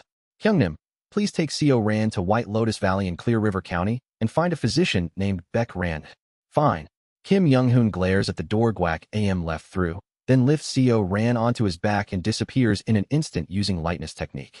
The fastest among us is Kim Young-hoon, so Co Ran will reach her destination in time. Jeon Myung-hoon, Hyun-suk Hyungnim, and Yun as well. Please head to White Lotus Valley for now and take care of Co Ran. After sending my comrades off, I leave the inn and head to Chongmun Ryong's estate. I want to check on Co Ran's condition more, but it seems like Chongmun Ryong is calling for me. Though my thoughts are towards Co Ran, my feet lead me towards Chongmun Ryong. It seems to be some kind of immortal art. Clack. It's when I open the door to the estate Chongmun Ryong resides. Great grasslands. I step beyond the door and look around. What was the estate just a moment ago has transformed into the northern Great Grasslands. I quickly turn back, but the door has disappeared, and beyond the grasslands, a solitary tree stands tall. At the top of that tree, Chongmun Ryong sits cross-legged, his eyes closed. Amazingly, he isn't using any spells or martial arts, yet he doesn't fall from the small branch atop the tree. Have you come? Yes, master. But I wanted to check on my friend's condition. Why did you call me so urgently? I know him's nature well, but that child never takes my orders lightly, so your friend will surely be treated. I understand. More important than that is for you to learn immortal arts even a day faster. Why is that? For some reason, I get the feeling that Chongmun Ryong is feeling a bit impatient. I understand. Please teach this disciple, master. I bow my head to Chongmun Ryong, and thus, his teaching begins. First, what do you think immortal arts are? Immortal arts. At his question, I recall the explanations from Seo Huil and Yang Sujin, a method that influences the plane of fate. Fate is essentially the heavens, so in other words, is it not a spell that twists the principles of the heavens? Correct. Then let me ask you, what does it mean to twist the principles of the heavens? That is, as Master said before, not fearing death, and changing the heavens through one's heart. Indeed. And you've recently endured my trial and entered that realm. Then let me ask you this. How can the heart of a mere person change the heavens? The heart of a mere person, he says. What an interesting remark. I didn't expect those words to come from his mouth. But as I listen, I realize he's right. That's true. With just one person's heart, changing the laws of the heavens, of this world, is ridiculous. However, as I ponder more deeply, one thought crosses my mind. A single person's heart? Then, at the same time, I recall the Mad Lord's immortal art, Yun's play. A secret art that uses tens of trillions of artificial souls to manipulate the attraction force of fate to pull the space-time of history. And I remember Tainted Soul filling the heavens. A secret art that floods the world with the presence of Seo Huil, turning the entire world into one dominated solely by Seo Huil. If it's not just one person's heart, but the hearts of many, couldn't that change the heavens? Exactly. It seems you've seen something similar before. Yes, I've seen something similar. Then it'll be easier to explain. Listen closely. A single person's heart cannot change the heavens. But, with the hearts of many, the heavens can be changed. However, isn't it strange? Why were you able to enter the basics of immortal arts and stave off death, even though you don't possess the hearts of many? I pondered deeply over his question before answering. It's an answer I can give because I've entered the realm of void shattering, seen the plane of soul with my own eyes, experienced many lives, and repentantly enlightened myself. Is it because a person's heart is not made up of just their own heart? Chongmun Ryong smiles faintly. That's correct. Tot. He descends from the top of the tree and begins to explain. A person's heart doesn't reside in the lump of flesh in their chest, and neither is it confined in some spiritual body. Have you ever had this thought? What is the fastest thing in this world? Yes, I used to think about that a lot as a child. Then do you know the answer? Many people say it's thought, because thoughts can travel anywhere in the universe. That's right. To be precise, it's the thought and heart. They're as inseparable as the palm and the back of the hand, so either answer is correct. Now let me ask you this. Why is it that the heart can go anywhere in the world? I'm not sure. The heart, as I understand it, can simply go anywhere in the universe. Being asked why about this leaves me a bit perplexed. Then Changman Ryong very easily provides the answer. That's because the heart of a being isn't bound within this body, but is spread out across the entirety of all phenomena in the universe. That's I failed to understand for a moment, but then I recall the image of the plane of soul and understand immediately. I see. Why does the plane of soul take the form of clouds? Before, I used to think that each cloud particle in the plane of soul was a being's heart. But each particle gathers to form a cloud and forms things like the collective unconscious. And the moment the grains become clouds, it has already become a single mass. If the plane of soul is ultimately filled with clouds, and if the hearts of all beings in this world are connected in the form of clouds, it means the world and I are connected. It's a somewhat obvious realization, but it settles deep with my chest. Have you understood? To some extent, yes. Good. In that case, let's try immortal arts right away. Pardon, you've already grasped the basics of immortal arts. Clearing the heart and understanding the power of the heart through the exchange of hearts. Those are the basics of immortal arts. Now, using that power of the heart, try reflecting your heart into the world. That's. Come, don't worry. Let's go beyond the basics and start with an immortal art for training. The effect of this immortal art is to reflect your heart in 6 different forms into the world. I'll teach you the formula. Without further explanation, Changman Ryong closes his eyes and places his hands together. Immortal arts, all of a sudden. I start to feel nervous, thinking of the terrifying immortal arts like the extinguishing divine, tribulating heavens technique, tainted soul filling the heavens, and Yun's play. Will I be able to learn it properly? And at that moment, Yurung, dark clouds begin to gather in the sky. At the same time, Changman Ryong opens his eyes wide. Rain begins to pour down. Changman Ryong and I stand in the grasslands, getting soaked by the rain. This is the first form of the primal heart, just like a newborn baby crying. Feel it. Following Changman Ryong's words, I try to feel the sound of the falling rain and the dark clouds covering the sky. The next is sunlight, Yang. The clouds that had filled the sky slowly recede. The sky becomes clear. This is the second form. The clarity, Yang, a baby begins to perceive in the world when they first open their eyes. Feel it. I close my eyes and feel the clarity, The next is heat, Yu. It grows warm. This is the third form of the primal heart. It's like a baby being held in the arms of their parents or guardian. Next is cold, It becomes cold. Snowflakes begin to scatter. The fourth form of the primal heart. It's the anxiety, loneliness, fear, and panic a child feels when they leave their parents' embrace. The next is wind, Feng. A strong wind sweeps across the grassland. This is wind. Wind changes the world. As the child grows, they begin to feel that their perception of the world is changing. And the last is time, Sri, isn't it? That's right. Changman Ryong's explanation continues. Rain, sunlight, heat, cold, wind. These 5 attributes continuously revolve and act in turn. The totality of these changes is called time, Sri. These are the 6 primal forms of the heart. Pat it. The sun rises in the east and sets in the west. In between, countless changes and phenomena occur. It rains, clears, becomes hot, cold, the wind blows. Changman Ryong isn't speeding up time. He's simply distorting our perception of time for a moment. Finally, the wind dies down. I take a moment to organize my enlightenment. And at last, I understand. I have one question. Ask. The cultivation we practice, the reason it's called immortal cultivation, Shu Shan. Is it because immortal cultivation itself is about learning immortal arts? Rain, sunlight, heat, cold, wind, time. The 6 divine powers that are realized during the integration stage. I didn't understand them when I first learned the divine powers, but after this conversation with Changman Ryong, I finally grasp it. From the Qi refining stage to the heavenly being stage, one accumulates spiritual power and studies how to clear the heart. Up to this is the minor boundary. Then from the 4-axis stage to the entering nirvana stage. In the 4-axis stage, one practices the axis foundation, bestows blessings upon those in the lower realms to gain the 5 blessings, exchanges hearts to understand the power of the heart. And through the 6 extremes, one indirectly experiences death, learning not to fear it, thus entering the basics of immortal arts. After that, in the integration stage, starting with the primal forms of the heart, rain, sunlight, heat, cold, wind, and time, one gradually begins to learn immortal arts up to the entering nirvana stage. This is the middle boundary. The formulas that exist from the Qi refining stage to the entering nirvana stage. I don't know if there are formulas after entering true immortality, but perhaps those weren't just formulas, but the basic forms of immortal arts. Changman Ryong smiles warmly as he speaks. It's similar, but a little different. Pardon, Immortal cultivation isn't the process of learning immortal arts. Immortal cultivation itself is someone's immortal art. Is that so?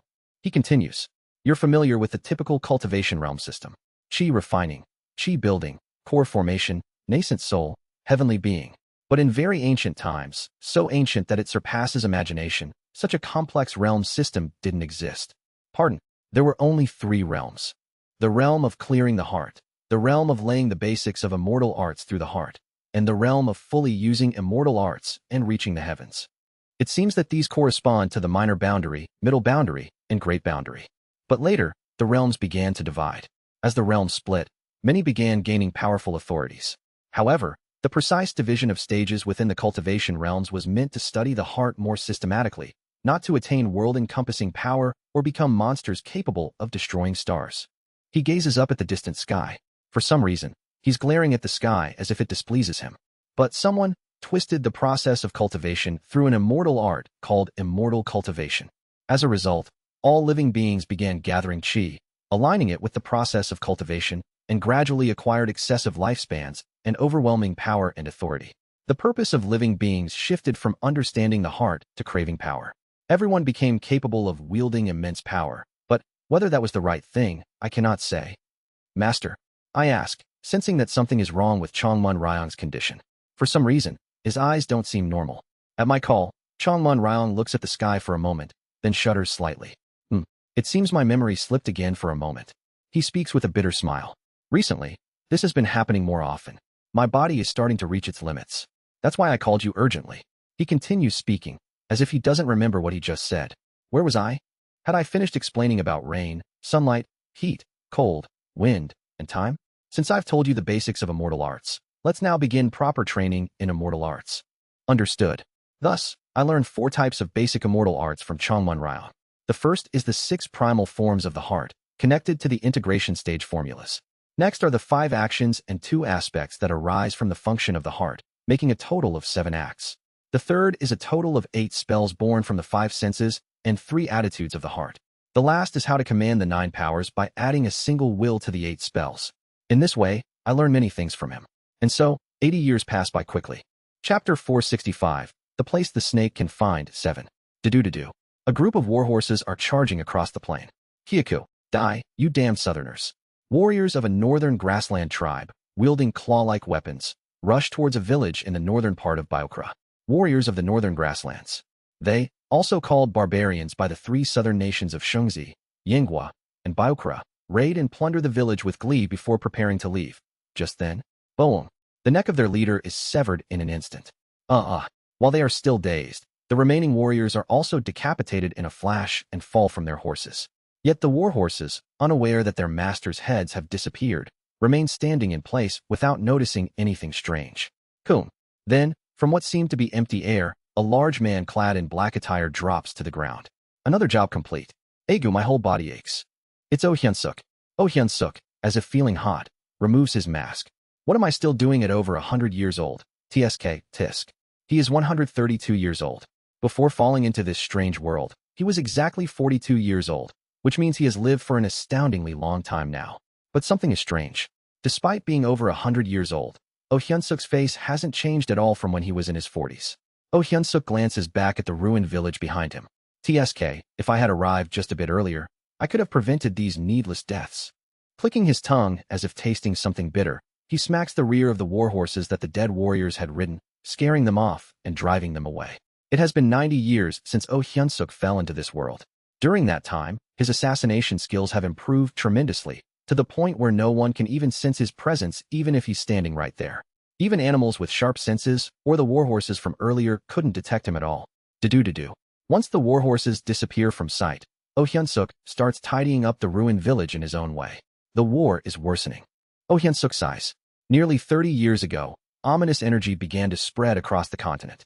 At some point, people no longer hesitated to plunder others, and even the martial sects and cultivator clans, who once pursued righteousness and the orthodox path, rapidly turned toward the devilish path and tyrannical ways. This trend worsened day by day, so much so that now, no matter where one goes on the continent, people have grown ruthless. Everyone is trying to deceive and steal from one another. Just why has the world changed this way? Oh Hyun-suk recalls how, until 30 years ago, this world was still somewhat a good place to live. Until 30 years ago, everyone had goodwill and a sense of ease in their hearts. But suddenly, as if possessed, the people of the continent began to act strangely. It's when Oh Hyun-suk is sighing and collecting the corpses of the village. Flinch. Oh Hyun-suk's gaze suddenly turns towards one of the houses. His sharp senses, honed to the extreme through his assassination skills, picked up a faint sound coming from one of the houses. He walks into the bloodstained house. Inside the kitchen, a woman lies dead, bleeding. A man, who seems to have been the father, is dead near the outhouse, clutching a sickle. Oh Hyun-suk briefly looks at them before opening the door to the outhouse. From beneath the toilet, he hears the sound of breathing.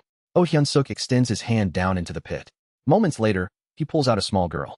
The girl, who looks about 3 or 4 years old, is so terrified that she is covering her own mouth, trembling like an aspen tree as she stares at Oh Hyun-suk.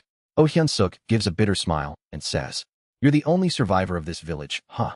After taking care of all the corpses in the village, Oh Hyun-suk leaves with the little girl. "Come with me for now. I'll find a place where you can stay." With that, Oh Hyun-suk, with the girl in tow, heads toward the capital of Biokra to collect the reward for beheading the northern warriors. Immortal Art, Rain. Chua. Rain falls. I stare at the opponent in front of me. Guak AM looks up at the sky for a moment and smirks. "Is this what you call rain?" Chiak. Guak AM claps their hands together and shouts, "Immortal Art, Rain." Kururum. In an instant, the sky seems to redden, and blood begins to rain from above. Chi. The whole world turns red. At the same time, red salt crystals start growing from the ground. A battle of immortal arts against Guak AM.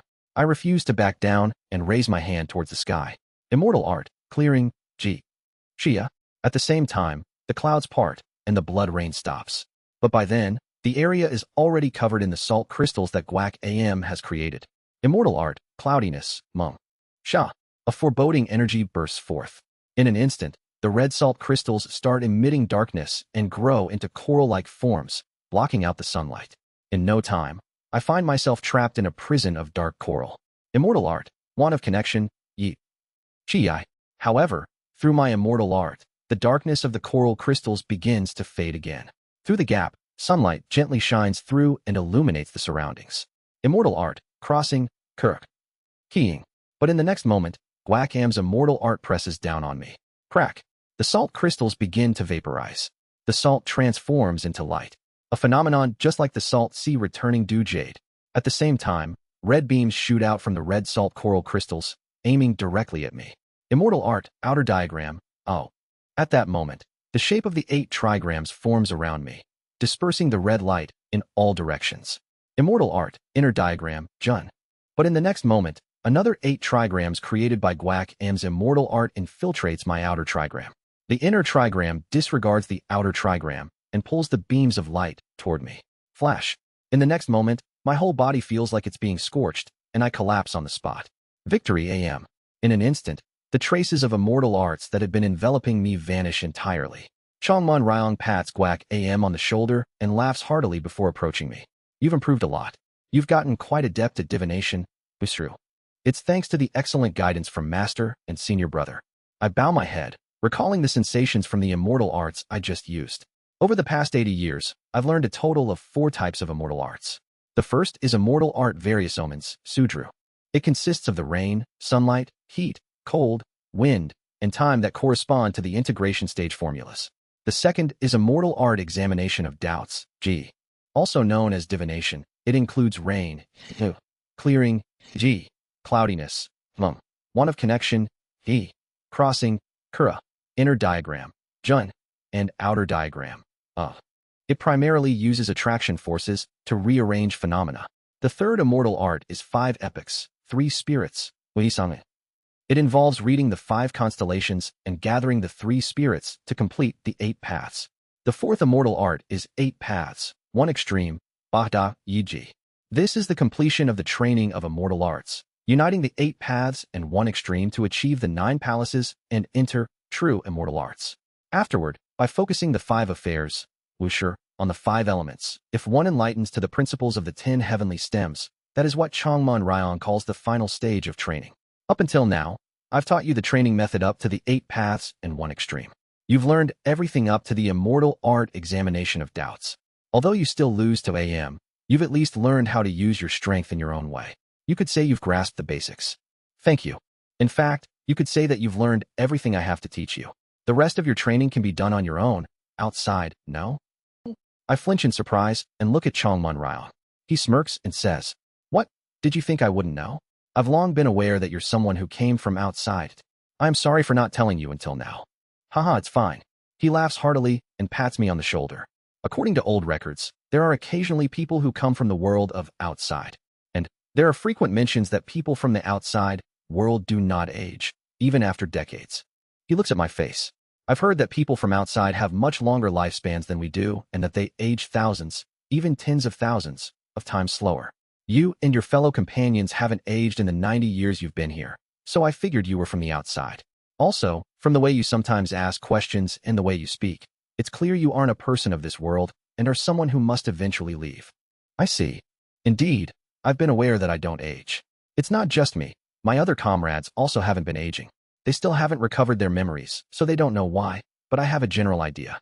The lifespan we gained from our cultivation realm outside still applies in this world. I'll probably live for millions of years. The others will likely live for at least a few thousand to tens of thousands of years as well. Up until now, I've only told Chongman Ryan that I've learned a special method, but it seems I can't keep it hidden any longer. Currently, I'm still an immortal body, but by using immortal arts, I can possess the energy of someone at the chi building stage. I've heard that the energy accumulated through immortal arts doesn't necessarily extend one's lifespan. Of course, instead, one can directly extend lifespan through immortal arts, just like current Chongman Ryan has done. Phew, let's sit for a moment. I'm feeling tired. At Chongman Ryan's words, Guak Am stomps the ground, creating a seat out of the earth nearby, and sits down attentively to listen. As you both know, I am already a dead man. 30 years ago, Chongman Ryan's lifespan had ended. However, through the use of immortal arts, he has been prolonging his life until now, solely to continue teaching me. He speaks. Until now, I've resisted the heavenly fate for a while to continue teaching you, but soon I will be leaving. Perhaps in 1 or 2 years, I will depart. And, as your teacher, I have a request for both of you before I leave. Chongman Ryan looks at Guak Am. Ama, from the moment you were born into this world, I have taught you words, imparted knowledge, and watched you grow. You are like my own child. You must be aware of this yourself. I know better than anyone. Guak Am's voice trembles. I know your nature is a bit impatient, and your disposition is rather extreme. Moreover, I know that at some point, your views became increasingly radical. And that, it seemed to have happened after you met someone and heard something. I haven't asked until now, but now I must ask. When, where, and whom did you meet? And what did you hear that caused your disposition to change this much? At Chongman Ryan's question, Guak Am opens and closes their mouth for a moment, then tightly bites their lips. Just that, I cannot answer. Please forgive me. Please forgive this unworthy disciple. Guak Am trembles as if they are about to burst into tears, bowing their head in front of him. With a bitter expression, Chongman Ryan speaks. I understand. Then, can you grant me this one request? Please command me. I know that when I die, you intend to kill Seo Eunhyun. At those words, I glance slightly at Guak Am. Even though I noticed from the start that they would often growl at me for no reason, I never thought they would actually intend to kill their junior. This lunatic. Chongman Ryan continues speaking. Can't you refrain from killing him and get along peacefully? Guak Am does not respond. It seems they are willing to obey any command from Chongman Ryan, except when it concerns me. Chongman Ryan sighs and speaks again. I understand. As your will is that firm, trying to stop you will only raise your resentment. In that case, let me make one request. He looks directly into Guak Am's eyes. Grant Seo Eunhyun a grace period. Enough time for this child to grow strong. Enough time to live a full life. Enough time to enjoy life, and only face him at the end of that life. Can you give him that long a grace period? At those words, Guak Am bows their head and replies. Understood. I will obey that command. Thank you. Chongman Ryan nods and then looks at me. Eunhyun. Yes, master. You have learned immortal arts well up to this point. But, you still haven't completed your own immortal art. Isn't that right? Shamefully, that is true. Ama, being my first disciple, has already completed their immortal art. You too must complete yours in the future. I will give my full effort. At my words, Chongman Ryan smiles faintly.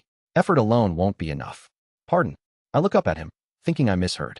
Chongman Ryan laughs heartily. Effort alone won't do. You've worked hard for 80 years, but there's a domain that effort alone cannot reach. What does that? Does that mean I lack talent? It's when I'm taken aback. Chongman Ryan laughs again and speaks. As it seems you don't fully understand yet, I will give you both a task. Yes, master. Please, give us your instruction. Both Guak Am and I bow our heads before Chongmun Ryong. Ama, you head east. Unhyun, you head west. Each of you will travel for several years separately. But then, Master, what about you? Guak Am asks in concern, but Chongmun Ryong waves his hand with a loud laugh. Are you worried about me? Don't worry. I'll be visiting the Demon King of the Heaven-Treading Desert to play some chess. When the time comes for me to die, you will both know when to return. Understood? Yes. Thus, Guak Am and I part ways in opposite directions before Chongmun Ryong. It's complicated. For that person to be leaving, my feelings are mixed. The past 80 years I spent by Chongmun Ryong's side learning immortal arts flashed before my eyes.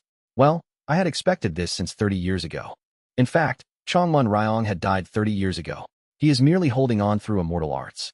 What does it mean to endure death? It is such a simple thing.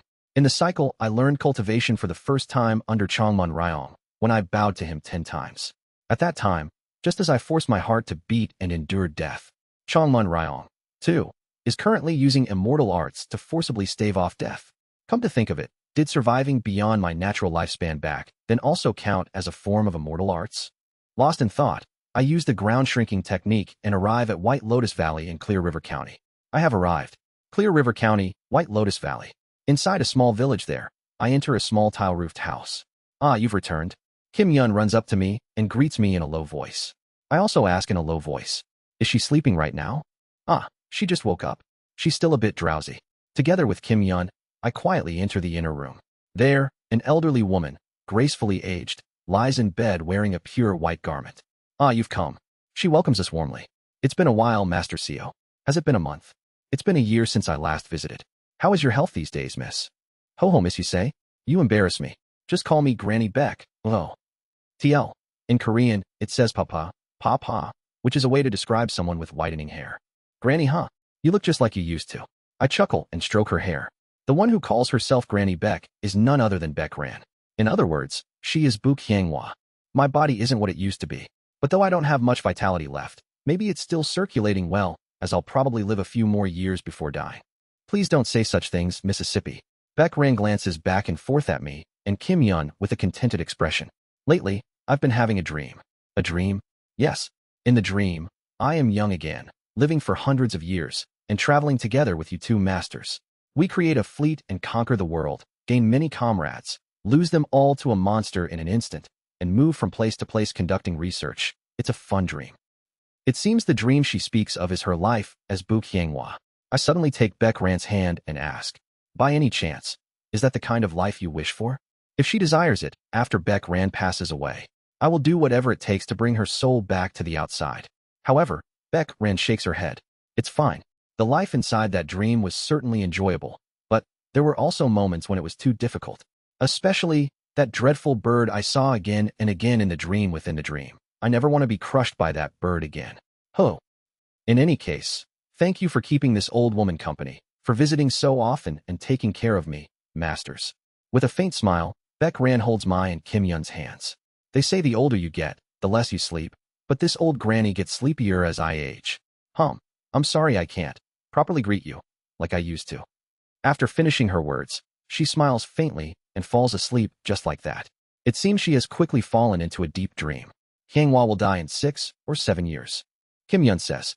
She is the comrade who regained her memory after me and Seo Ran.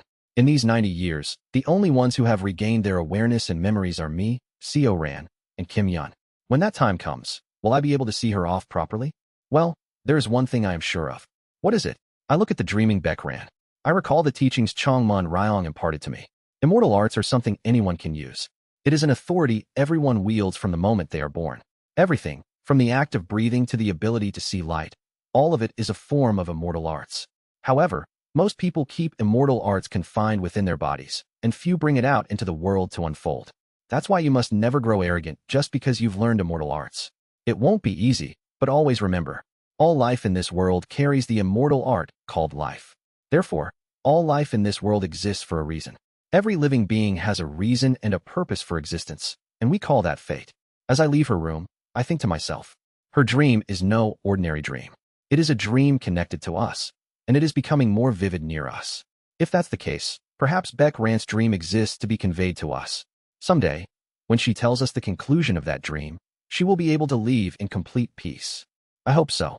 I sit on the low wooden platform and say, I've received a command from my master. I've been told to go west and travel for a while. Is that so? I'm planning to go with our comrades. Will you come? Kim Yun shakes her head at my words. I have to take care of Yanghua. I don't think I can go. I see, understood. Please come back safely. I'll be waiting. I nod calmly and head towards the storage room. Inside the storage room, someone is painting and carving. It is John Myung-hoon. Compared to 90 years ago, John Myung-hoon hasn't aged a bit, but his eyes have become sunken as he draws someone on a canvas. Around the storage room, there are numerous hands carved from wooden blocks and stones scattered about. I gaze at the figure being drawn on the canvas. A woman wearing a yellow robe. But her face isn't drawn. John Myung-hoon looks at me with his sunken eyes and asks, Is it Seo Eun-hyun? You've come just in time. I can't remember. Just who is she? He trembles and speaks in a sobbing voice. I can't remember who it is. Recently, I've been having dreams. No, they're not dreams. They're memories I had forgotten. But I can't remember them clearly. What should I do? What should I do? I look at John Myung-hoon bitterly and say, I've been commanded by my master to travel west. Will you come along? If I go with you, will I be able to find this memory? I smile bitterly and reply, It might help. Then I'll go. I'll go? I will. In an instant, he tidies up the storage room and starts preparing to follow me. I leave the storage room and head to the guest room. There, Kim Young-hoon sits cross-legged, sweating coldly. In this world, where qi is scarce, it's difficult to undergo complete transformation. Hence, he looks just the same as he did on Earth, though he hasn't aged. Were you hard essence mental sparring again? Not today. I've been trying to trace the origin of my senses. If I reach that origin, I feel like I might be able to cut through this entire world. What a mortal art kind of thing is that? I also propose the journey to Kim Young-hoon, and he nods. All right, I've been meaning to visit the country called Penglai Kingdom beyond the west. Sounds good. I move to the adjacent room and check on Seo Ran. Like John Myung-hoon, she is drawing someone on a piece of paper. Though it's not precise, the person in the drawing seems to be quite beautiful. I ask her if she wants to join the journey, and she readily agrees. Since Guak AM treated her 80 years ago, Seo Ran's seizures have disappeared. However, since then, she has been endlessly drawing the same woman over and over again. At first, her drawing skills were poor, and it was hard to recognize the woman she claimed to remember. But recently, the outline has become much clearer. I leave the house and go to the neighboring house where Oh Hyun-suk resides. Hyun-suk Hyungnim, are you there? Ah, you're here. I step inside and find Oh Hyun-suk. Hyun-suk Hyungnim, I have a proposal. Who's that child? I ask while looking at a little girl eating with Oh Hyun-suk. Ah, she's a child I picked up during my last mission. Her parents were killed in the war. I tried to find her a home that would raise her. But, with war looming over the continent, people's hearts have become unsettled. I've decided to take care of her for a while. I see. Then, perhaps, I make my suggestion to Oh Hyun-suk, and he readily agrees as expected. Good. I'll go with you. If we travel to another continent, there might be a place for her to stay. And so, with Kim Yun staying behind, my comrades and I set off on our journey towards Penglai Kingdom. Author's note: the Salt Mountain episode concludes in the next chapter. Translator notes: the immortal art examination of doubts is based on the examination of doubts by prognostication in the Great Plan, Hongfan. Credit to Blumengo Ade. I had no idea LMAO. Chapter 466, found it. We began our journey westward. Starting from Biokra, we traveled through Yanghua and Shengzi. The world is engulfed in war. The world suddenly became like this 30 years ago. There were often disputes between martial sects or between cultivator clans in the past, but the way the hearts of people themselves have twisted, this started 30 years ago. As I listened to Oh Hyun-suk's explanation while waiting for the ship heading to the western nation, Penglai Kingdom, I ponder. 30 years ago, it was when Changmun Ryong's natural lifespan came to an end. Could there be a connection between the two? I think to myself that it's possible if it's immortal arts. After a few days, we board the ship bound for Penglai Kingdom. Even aboard the ship, Oh Hyun-suk tirelessly seeks out wealthy individuals, trying to find someone to take in the young girl, a survivor from a destroyed village. But, perhaps because of the hardening of hearts as he mentioned, no one seems willing to accept Oh Hyun-suk's request. Why are you so insistent on finding someone to take the child? With Hyungnim's capabilities, couldn't you raise her yourself? That's true, but... Oh Hyun-suk replies with a bitter smile. I don't know how to raise a child. Didn't you say you like children? As we engage in casual conversation aboard the moving ship, I hear about Oh Hyun-suk's family that I hadn't known for hundreds of thousands of years. You know it, right? That my eldest brother runs an orphanage. Ah, yes. Hyaseo was from there, you know. What? Pardon? This is the first time I have heard of such a thing. Oh, Hyaseo was an orphan? I am so shocked that I can't find the words to respond. The company is led by 3 factions. the Lee family, the O family, and the John family. Among the three, Oh Hyeseo belonged to the O family like Oh Hyun-suk. She had quickly risen through the ranks while being close with him, so I had naturally assumed she was part of the O family bloodline. So, she wasn't part of the O family lineage. It is quite a surprising revelation. He scratches his head awkwardly. My eldest brother is Hyeseo's father, which is why she carries the O surname. But still, I believe I treated that child really well. Even though we don't share the same blood, we share the same family name. I treated her like my real niece ever since I first met her when I volunteered at the orphanage. Back then, she used to follow me around and she was the smartest child there. I even wanted to give my own daughter Hyeseo's name. I didn't know.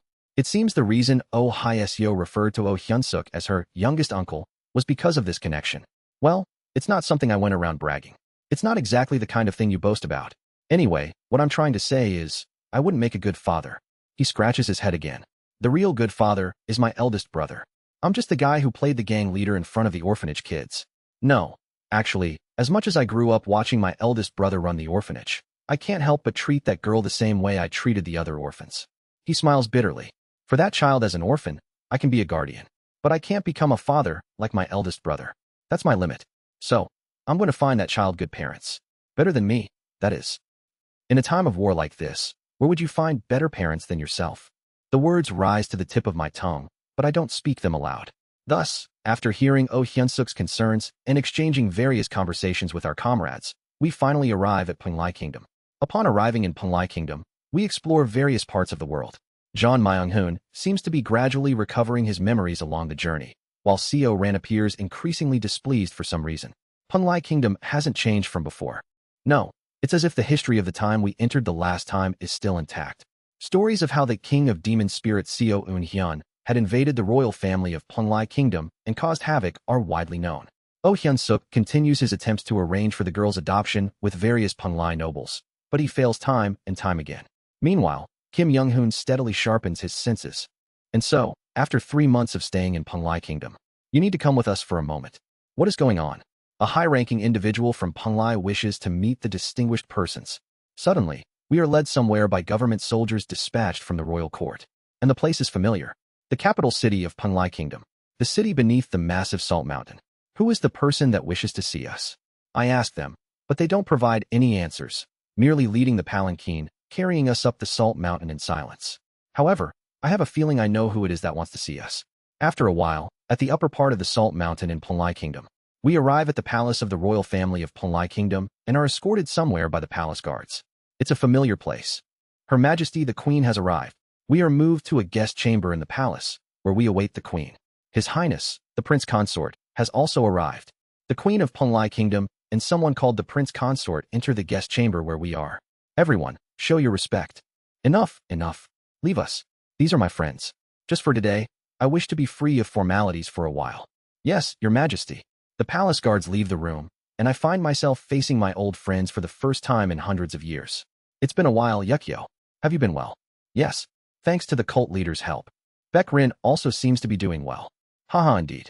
Are my friends doing well? Those two are doing well in their own way. Yukio and Baekrin. They were once my subordinates, and a carp and demon spirit in the world of dreams. Meeting again after 90 years. Truly, you never know how life will turn out. Yukio and Baekrin have both aged like Baekran. Both have heads full of white hair, their skin wrinkled, and age spots blooming on their faces. However, both possess dignity, and there is no fear in their eyes. Seo Ran seems oddly anxious as she looks at Yukio. Both Yukio and I notice her demeanor, but we pretend not to and continue our conversation. We talk about what's happened so far, how Penglai Kingdom has fared, how things have been in our world, and so on. From what I hear, coming to this world was indeed the right decision. To think the Blood-eaten realm is devouring the bright cold realm, and great chaos is unfolding. Who knows? From my perspective, it looks like even this world is starting to show signs of war. Yes, that's true. The people's hearts are beginning to waver, and more than anything, her expression darkens. The color of the hidden light has started to change. I flinch in surprise at her words. The hidden light, the unique light of Salt Mountain, brought from the domain of light by the owner of Salt Mountain. She says that the color of that light has begun to change. It was white before, but now it's starting to take on a reddish hue. Is that okay? It's fine. According to my mother, the light only turned white recently. In fact, for thousands, tens of thousands of years, the light was originally an ominous dark red. It's only recently that it became a clear salt-like color, and now it's just returning to its original state. So the light of Salt Mountain was originally an ominous dark red. It's a strange thing. There's no need to worry too much. The Crown Prince, who will succeed the throne, has vowed to prevent Penglai Kingdom from being swept into chaos, no matter what. With that child's abilities, I trust him. Is that so? If you say so, I'll take your word for it. I nod and change the subject. By the way, could you perhaps take care of this child for a while? I point to the child Oh Hyun-suk had brought with him, and Yukyo agrees readily. As it happens, I was in need of an attendant. I'll take good care of her. She reaches out to the child with a kind, grandmotherly smile. As expected, Oh Hyun-suk's face brightens, but a problem arises. The child refuses to leave his side. What to do about this? Yukyo smiles softly. In that case, let's do this. Sir Hyun-suk, why don't you stay at the royal palace with the child for a few years? That way, you can help her adapt to this place, and she'll be able to comfortably part with you. Oh Hyun-suk glances back and forth between me and Yukyo, then looks at the child again. Eun-hyun, it seems I'll have to stay here a little longer. It's fine. Do as you wish. However, I'll need to continue my journey westward, so it may be some time before we meet again. In the end, after some hesitation, Oh Hyun-suk decides to remain at the royal palace of Penglai Kingdom. To help the child part from him, he chose to remain with her for a few more years. We leave that place and continue westward. By the way, Seo Ran. Yes, senior. I ask her a question. Why were you acting like that in front of Yukyo earlier? I know that Seo Ran used to have feelings for Yukyo. That's why at first, I thought perhaps she was flustered by seeing the woman she once admired standing before her. But thinking about it again, I realized there was something strange in her gaze. After stepping away from Kim Young-hoon and Jeon Myung-hoon for a moment, I ask her the question. Seo Ran trembles as she opens her mouth.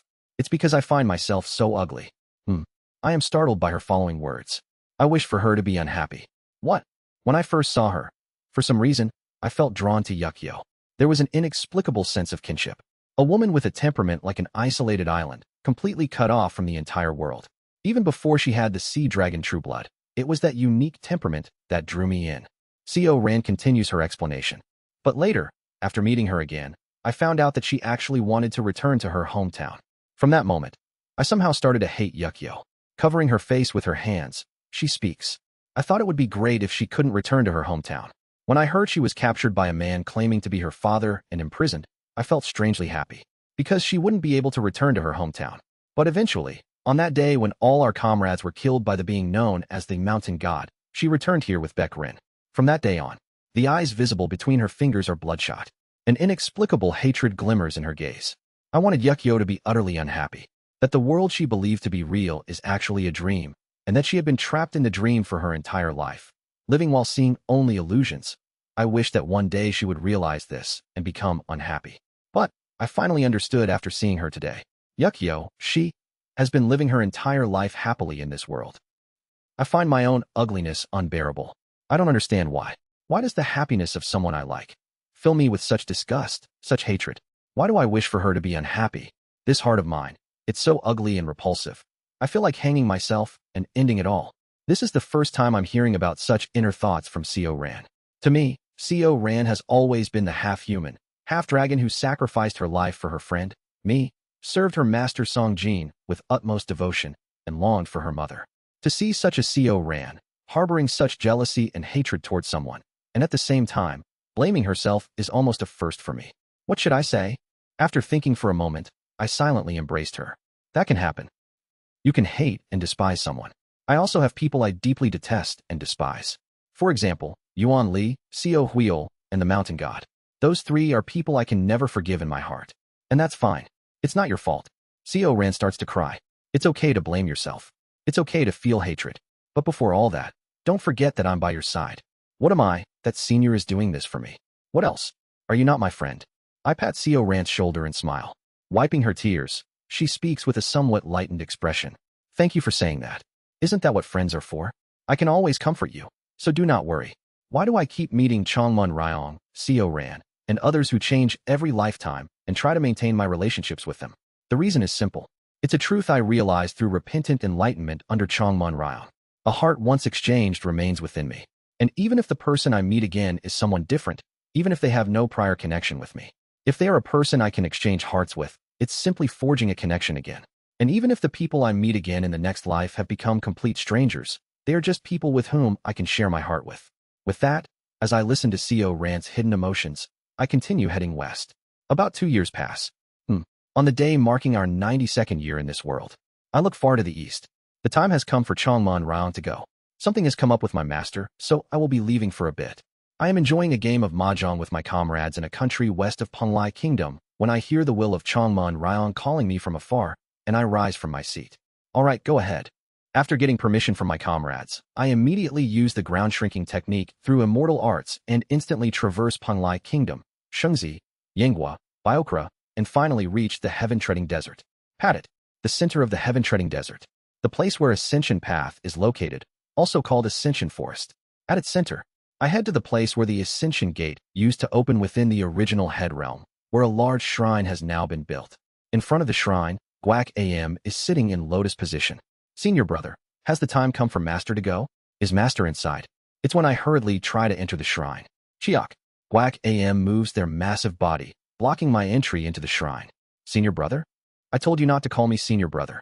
For now, let me see Master. Guak Am looks down at me and says, No. What? It seems you still haven't grasped a clue regarding immortal arts. Isn't that right? It's embarrassing, but yes. Master sent you on a journey to grasp an understanding of immortal arts. But if you still haven't even grasped a fragment of it, you cannot go inside. What are you saying, senior brother? Even so, how can you prevent me from seeing Master's last moments? In my shock, I shout, and Guak Am growls at me. Someone who can't even follow Master's teachings has no right to witness his final moments. If you truly wish to see Master's last moments, bring forth your own immortal art, as Master instructed. No, even if you can just grasp the beginning of your own immortal art, I will let you in. What kind of nonsense is this? I grit my teeth and begin to prepare my immortal art. If you continue to block me, I will force my way in. Someone like you. Udaduk. I use immortal arts. Through the formula of the immortal art examination of doubts, I begin to vaguely rearrange the laws of this world. The immortal art of rain, clearing, cloudiness, want of connection, crossing, inner diagram, and outer diagram. Keying. The laws of the world blur, and the authority and principles I had in the original world begin to return. Woodaduk. I can't reach the integration stage, but with the power of the 4-axis stage. It's when I try to use the attraction force of the 4-axis stage to move Guak Am out of the way. Quadadudaduk. In the next moment, Guak Am grabs my shoulder and crushes me. Simultaneously, I feel my knees sink into the ground, and all of my authority collapse. Don't mess around. What? Do you want to claim this is your true strength? Do you feel wronged? You're weak. Even if you bring all the strength you've cultivated from the outside world and face me, I can crush you like pulp at any time. Guak Am growls as they look down on me. The difference in our skill is far greater than anything you can imagine, far beyond what your mind can conceive. I surpassed Master a long time ago, and I only bow to him out of respect. So please don't act out. Don't provoke me. Don't make me want to kill you right here and now. Crunch. They tighten their grip on my arm even more. Weakness is vice. Because you're stupid, dull, and weak, you don't even deserve to witness Master's final moments. Get lost this instant, and come back after grasping a starting point on your immortal art. Until then, you won't be able to take a single step inside. Kuguguguk. I tremble as I sense the unfathomable power Guak Am had kept hidden. Have you reached the entering nirvana stage? Such overwhelming power that can't be explained otherwise. But Guak Am merely lets out a snort. Are you trying to make me laugh? Get lost. Thud. They kick me. Kiak. I feel my insides twist and cough up blood. Guak Am stands like a great mountain, blocking the entrance to the shrine. So distant. Just what is the identity of this person? Just how much power are they hiding? Facing Guak Am's immense power, I grit my teeth and speak. I will definitely bring back the beginning of my immortal art. So, can't you let me in just for today? But Guak Am only looks down at me coldly. No. Crunch. I bite down so hard that blood oozes from my gums. I spit out the blood pooling in my mouth and get up from where I've fallen. I'll leave for today. It's not just today. Until you grasp the beginning of your immortal art, you will never reach this place again. Hot. With a sweep of Guak Am's arm, I am instantly thrown outside Ascension Forest. Baduduk. I try to re-enter from one side of Ascension Forest, but as soon as I take a few steps inside, I find myself outside the forest again. I try to enter once more, but the result is the same. Guak Am's immortal art has sealed off the forest, making sure I can't set foot inside. I stand for a long time, glaring inside Ascension Forest, before finally turning away. I will definitely return, senior brother. My own immortal art. I will definitely grasp the beginning. The presence of Changman Ryong's immortal art can no longer be felt in this world. I return to my comrades and speak weakly. Let's continue our journey. Changman Ryong told me to journey west and find the beginning of my immortal art. He said the clue lies in the distant western lands. Even if only to see his remains, I must continue forward. My comrades and I continue heading west. Another 3 years pass. It has now been 95 years since we arrived in this world. I set foot once again on the land of the eastern Monli. I've circled the world. We tour the various places in Monli and return the howling repulscendent sword to its original tribe. Then, we once again head west. But this time, we don't race through the heaven-treading desert, choosing instead to head towards the great grasslands. If we crossed the heaven-treading desert again, we'd eventually run into Ascension Forest once more. And in the great grasslands, I encounter a familiar face. Pleasure to see you, disciple of the Salt Sea Master. And Senior CEO. It is none other than Azure Tiger Saint, Changman Sunwu, who has regained his memories. In this world, he is known as one of the 3 powers of the continent, called the Rising Cloud Saint. So, you've regained your memories. Of course, considering the disciples of the Azure Heaven Creation sect exist even outside, it's no surprise he recovered his memories so quickly. Given that the number of disciples has increased so much after becoming one of the 6 great sects of the human race, it can't even be compared to when it was just in the head realm. Nice to see you, Azure Tiger Saint. I greet Azure Tiger Saint with a smile. Haha, there's no need for Senior to be so formal. It is I who should be formal to Senior, who is a human esteemed one of the Heart Tribe. It's fine. I'll reject it myself. Please don't call me Senior. I reject his offer, not wanting to be addressed as Senior by Azure Tiger Saint, and we continue our conversation. Well, in this world, I may be at a higher realm, but in our original world, you are indeed my Senior. Besides, we'll have to return to our original world eventually. If that's the case, then call me Taoist or Cultivator. We sip tea and he asks me, in that case, does Cultivator CO happen to have a method to return to our original world? I'm currently looking for a way, but there is some hope. I've learned that by learning immortal arts, it's possible to twist the laws of this world. A few years ago, I had even twisted the laws of the world to draw upon the power of my main body and face Guac AM. I have expectations that through immortal arts, I might be able to open the door back to the outside world. Of course, to truly leave, I'll need to fully master my immortal art. Haha, it's good to know there's hope. By the way, how is my disciple doing? He's doing well. In fact, he now has a daughter-like child. At those words, Azure Tiger Saint smiles faintly. From the face that seemed like it would erupt with bold laughter, a warm smile spreads across his features. That's a relief. A relief? Why is that? As Hyunsuk's master, I have watched over him. That child always seemed to carry a burden in his heart. A burden. Yes. And I, having lost some of my own children while fighting the Zhou clan in my younger years, understand that feeling all too well. It's the sorrow of losing one's child. That boy has always poured himself into training, trying to forget the sorrow of losing his child, that weighed on his heart. And he always laughed while following me. I smile bitterly. Oh, Hyunsuk, when I think about it, laughs quite often. And he always laughs boisterously like Azure Tiger Saint. But I don't think he ever laughed truly out of genuine joy. A forced laugh, one that mimics joy to mask the burden he carries. That is the person Oh Hyunsuk is. If that child, even if it's not his own child, spends time with another child, it might allow him to lighten the burden on his heart, even just a little. Azure Tiger Saint laughs heartily and downs his tea. It's a side of him I have never seen before. Is he someone who becomes particularly serious when discussing his disciple with a third party? I take in this new side of Azure Tiger Saint into my heart and part ways with him. We continue heading west. And finally, we reach Clear River County of Shengzi, where our journey first began. It is exactly the 98th year since we have fallen into this world. Creak. I carefully open the front gate of Beck Ran's house and enter. The moment I step inside, I am slightly surprised. Beck Ran is sitting in a wooden chair, waiting for us. Have you come, Master CEO? I've returned. Oh my. From the kitchen, Kim Yun comes out to greet us. And so, after several years, we reunite once again. She's been waiting for me every day to return. Yes, she's been saying she has something she absolutely needs to tell you. I glance at Kim Yun, then turn my gaze back to Beck Ran. With a faint smile, Beck Ran speaks. Yes, I've been waiting because there is something I absolutely must tell you. But before that, let's hear about Master CEO's journey first. How was your journey across the world? All right, I'll tell you. For a while, I sit beside Beck Ran and tell her my stories.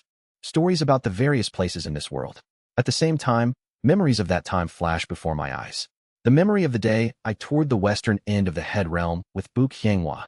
However, this world extends even beyond the west. It feels as if I'm telling Bu Qianghua of the 10th cycle about the lands beyond the west. As if she, who had been trapped by the world shield force and unable to head further, is sitting right next to me, listening. When the tale of my journey over several years comes to an end, I conclude by saying that I have returned to this place after circling the world once. I see. So the world eventually connects again. That's right. It's quite an interesting world. Seo Ran, Kim Young-hoon, and John Myung-hoon are also present. Instinctively, I know. Even in a world where I can't see celestial energy, I can feel it. She will leave us today, on the day we returned. Beck Rant's breath grows labored. Is that all you have to say? I don't think there's anything else to say beyond this. Hoo, Master Seo. She grabs my hand and speaks. I had a dream. A very deep dream. Even in that dream, I remember meeting Master Seo. You. Call me by a different name, not Beck Ran. Do you know anything about that? I realize what she wants from me. This is going to be a rather long story. That's all right. I can still wait that much longer. Is that so? I begin another story once again. This is not a journey heading west. It starts from Ascension Path and continues to the present. Leaving out my regression, it's the entire story of what we and she experienced so far. As the story progresses, John Myung-hoon's eyes begin to tremble, and Kim Young-hoon also starts to clutch his head as if something is coming to mind. The story is long. Though for me it may seem brief, it covers nearly 1,000 years. It's far too much time to cover in a single day, so the story doesn't end quickly. We had returned to this house at dawn, but it's already evening by the time I finish the story. And that's how we fled from the being known as Bloodine and arrived in this world.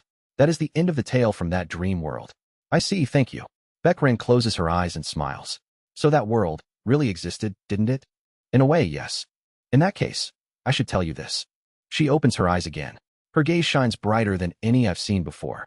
In that dream world, I, who was called Buk Qianghua, before I turned to salt, had something I wished to tell Master Seo. Something to tell me? Though it may be lacking since it's not coming from her directly. These are the words from her from the dream conveyed through me. Please, listen. I nod, seriously listening to her words. She, while studying the constellations of the head realm, researching the Naraigi, and investigating the connections between the black ancient paper and the ancient force realm, came to understand the true nature of something called Go, ancient. True nature of Go. Yes. Go means a dream that has ended. From Beckrant's mouth, the truth that Buk Qianghua discovered flows out. People are animals that dream. Especially humans, whose upper dantians have evolved, dream far more than any other animal. I see. The reason why human form immortal beasts have the word Go in their names. It is because humans are animals that dream. However, all dreams must eventually end when light dawns. The power of such ended dreams is what we call the power, leave force, of Go, ancient. That's right. The sensation I felt in this world, similar to the ancient force realm, was because this world is essentially a dimension that is the same as the dimensions within the dimensional sea of the ancient force realm. Her explanation continues. And she came to understand about ancient force and realized that an enormous dream was connected to her Naraigi. So, she made efforts to access that world within the dream. As you might have already noticed, the enormous dream she discovered was this world. Is that so? A true immortal's dream, even after ending, seems to leave behind such a vast dimension. Then, is this world one that really exists? Seo Ren listens carefully to those words. Beckran smiles. It does exist. Why is that? The dimensions of the ancient force realm she discovered are completely ended dreams. But the dream of this world has been inherited by someone. Inherited? Yes. The original owner of the dream passed it on to someone else. Because it has been inherited by someone, this world exists. It is no longer a mere dream, but a will that is being passed on. Since it is being passed on, it is a meaningful world, not a meaningless one. Is that so? As I contemplate the meaning of the ancient force realm, Go, and the existence that inherited the world of Salt Mountain, Beckrant's words continue. And the same applies to you. What? She grabs my hand. If what I saw in the dream is true, then you carry the greatest guilt and pain in your heart, more than anyone else in this world. Isn't that so? I remain silent. That's right. Everyone was annihilated by the owner of Great Mountain. It was agonizing. The pain and guilt from that time are so severe that even my karmic fire went out. Do not blame yourself. What? Their hearts still remain within you, don't they? Her hand gently brushes over my chest. Now, it's time to stop punishing yourself. You can lay down the burden in your heart. At her words, my body shudders. But someone must remember. With a trembling body, I respond to her. Someone has to remember this pain, this suffering, and must. Would those who had died wanted you to suffer? Sarek. Beckrant's hand caresses my cheek. At her words, I look at her. From her face and demeanor, the image of her at the end of the 10th cycle flashes by. Ah, that's right. In the 10th cycle, she wasn't happy when I brought back Yuan Li's severed head. She simply wished for me to overcome the pain and keep living. Their deaths were undoubtedly painful. However, please forgive yourself, because they do not resent you, nor do they wish for you to suffer because of them. Because their heart has already been passed down to you. It is not without meaning. Just like how this world truly exists. Beck Rant's breathing grows heavier. So please, learn how to forgive yourself. Those were. She leans her body against the tree trunk and closes her eyes. The words she wanted to pass. And then, Beck Rant falls asleep. Tuck, tuduk, tududuk. Raindrops begin to fall. The sky is stained with dark clouds. Kim Yun checks Beck Rant's pulse with a trembling voice and shakes her head. Bu Qianghua, Beck Rant, has left just like that. Let's first move her inside. Kim Young-hoon begins to speak, and I rise from my seat. I need to go somewhere for a moment. Please take care of her body. I turn around immediately after finishing my words and take a step. Pat it. Using the ground shrinking technique, I cross Shengzi, Yinghua, and Biokra, arriving at the center of the heaven-treading desert. There, I clutch my chest. Senior brother, can you hear me? Tuck, tuduk. Even in the desert, dark clouds form, and raindrops begin to fall. Today, you must let me in. Womb. Step. I take a step forward. Normally, after taking a few steps, I would find myself outside again. However, for some reason, I feel as though I understand the distorted principles that Guac AM has laid out. Step, step, step. Piercing through the principles of the immortal art, I keep walking deeper into Ascension Forest. Someone like you dares to enter this place? Yes, I now believe I can enter. To cross through here, you'll have to face hell. Horroric. Flames begin to ignite all around me. The scorching tribulation fire burns the entire forest, pressing down on me.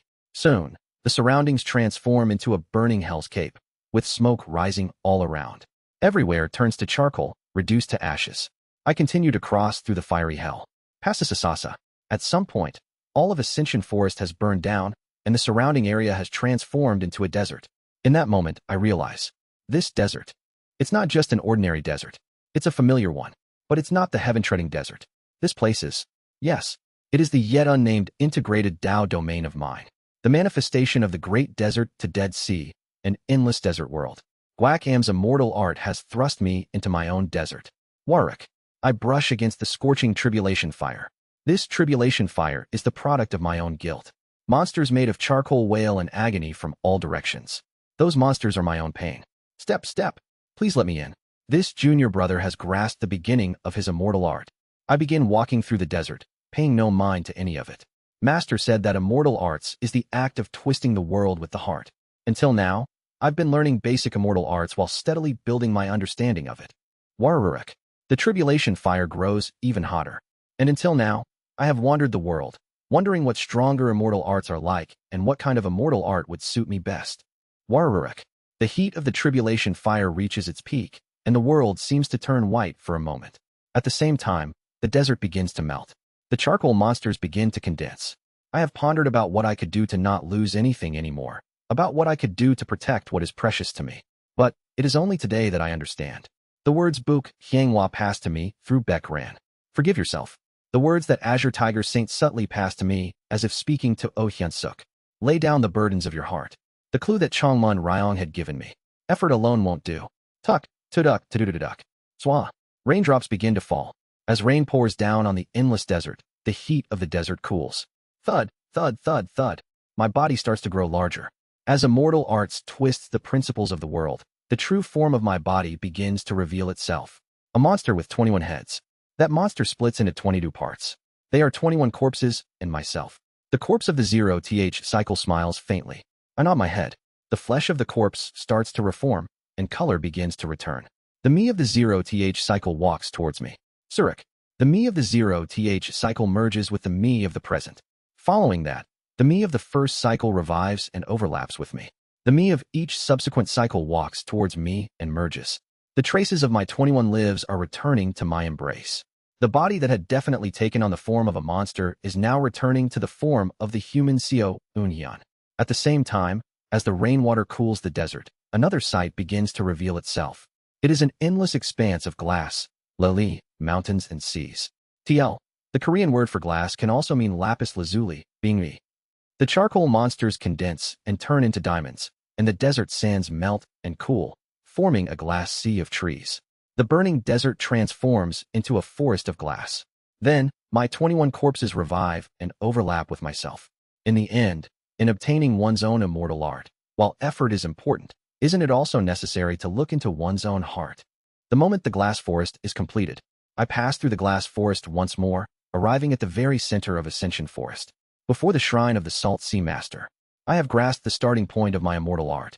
If I refine this method I've created, by the time I reach the true immortal realm, I will definitely have obtained my own immortal art. 5 surpassing paths to cultivation. In Soul Ghost Incantation. White Orchid Blessing Incantation. Black Blood Tears Flower. 5 Elements Blood Curse Banner. Black Ghost Curse Banner. Extinguishing Realm Demonic Curse Banner. Silica Earth Great Wall Practice. Wonderfully Mysterious Innate Heart Cannon. Taiji Quaking Lightning Body. Vast Cold Formula. Devil Legion Terracotta Scroll. Ghost Immortal Kuei Devilish Secrets. 6 Extremes Thunder Body.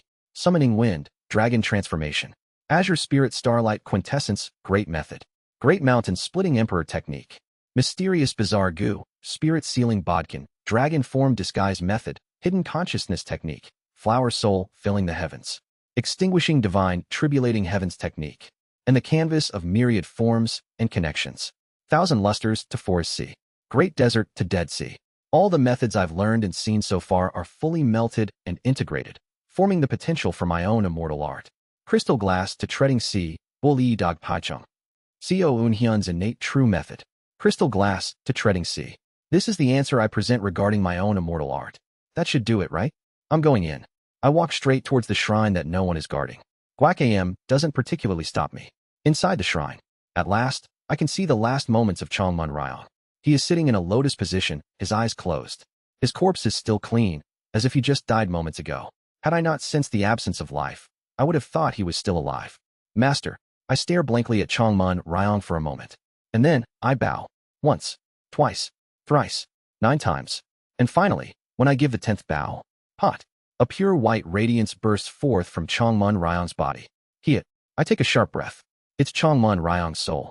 Changmun Ryan's soul looks at me warmly from within the radiant glow, then rises up to the sky and scatters. Tiny particles of light, like grains of salt, fall to the ground. Have you been waiting for me? And then, I hear someone's voice from up ahead. You fool. Seen your brother? Even after Master took his last breath and his life was severed, he insisted on seeing you complete the first step of your immortal art, waiting for you till the very end in that vessel. TL, it's not made clear if it means fate or life.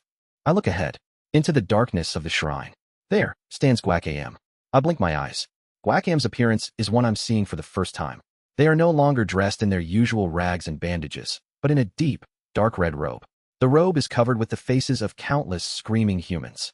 Their hair, long enough to reach their waist, has a deep, navy blue hue. I can't see their face because they're kneeling, facing the other way towards a tablet. The tablet bears the inscription, Salt Sea Supreme Deity, Shanghai Sangdi. There's what I said to you before, and Master's lingering thoughts also requested it. So, killing you will be in the distant future. Pardon? What do you mean? I said let's meet above, didn't I? You fool. At those words, my eyes bulge wide. There's only one person who's ever said that to me. You could it be? I realize Guac Am's true identity, and I feel my eyes reddening with veins of blood. Why are you here? What do you mean, why? Isn't it obvious? I'm the Gravekeeper. They speak in a gloomy voice. I am the Gravekeeper who guards the spirit tablet of the Salt Sea Supreme Deity, the owner of Salt Mountain, my master. Rather than someone who dares bring in things like snakes, as his disciple, I am far more devoted. So why is it, Master, that you sought to take in a new disciple? How could you show such a contradictory stance to the words you spoke to me at the end? Quadaduk. I feel one of my arms being torn off.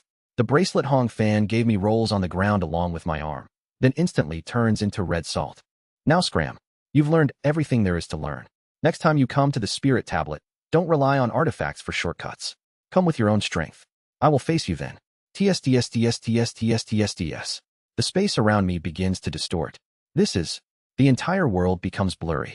At the same time, I feel a sense of alienation between myself and this whole world. The world of Peng Lai is ejecting me. No, it's not just me. Kim Young-hoon, John Myung-hoon, Oh Hyun-suk, Kim Yun, Azure Tiger Saint, and all the others are being expelled as well. I realize who the figure was that spoke to me on the first day. The administrator of Peng Lai. the Gravekeeper, the successor to the owner of Salt Mountain. The great mountain supreme deity, Taosan Sangdi, is none other than Guak Am, the administrator who inherited this world. Is that so? I can feel it, that they want to face me above. And, for that purpose, even though they could have killed me at any time, they chose not to. Instead, they waited until I learned immortal arts from Chongmun Ryong. In other words, from the lingering thoughts of the owner of Salt Mountain. From their attitude, I understand that while they despise me, they also acknowledge me. I will definitely come find you. I'll find you, and repay my debt to you, senior brother. Don't call me senior brother. Even though they say that, I can sense that they're sparing me because they acknowledge me as their junior disciple. Piet. It feels as if the entire world is receding. The only clear image is the back of the great mountain supreme deity, kneeling before the spirit tablet of the Salt Sea supreme deity. As the world fades, I glare at my senior brother's back and, one last time, bow to Chongmun Ryong, who was also the Salt Sea supreme deity. At that moment, the great mountain supreme deity speaks to me. Because of the gift you received from Master, an enormous misfortune, Heishong, lurks before you. As someone who shares the same Master, I will teach you how to desecrate, heavenly fate, Tinging. Listen carefully, and survive. They whisper knowledge into my ear. As I listen to this knowledge, I also show my respects towards senior brother. Even though we are against each other, they are still my senior brother. In that way, I finally found the immortal art I must dedicate my life to, and the existence I must dedicate my life in order to reach. And with the method to leave this world, which I have reached after spending all my time here. I found everything. Translator notes. Changed 1,000 lustrous forest C-1,000 lustres to forest C to match the naming style.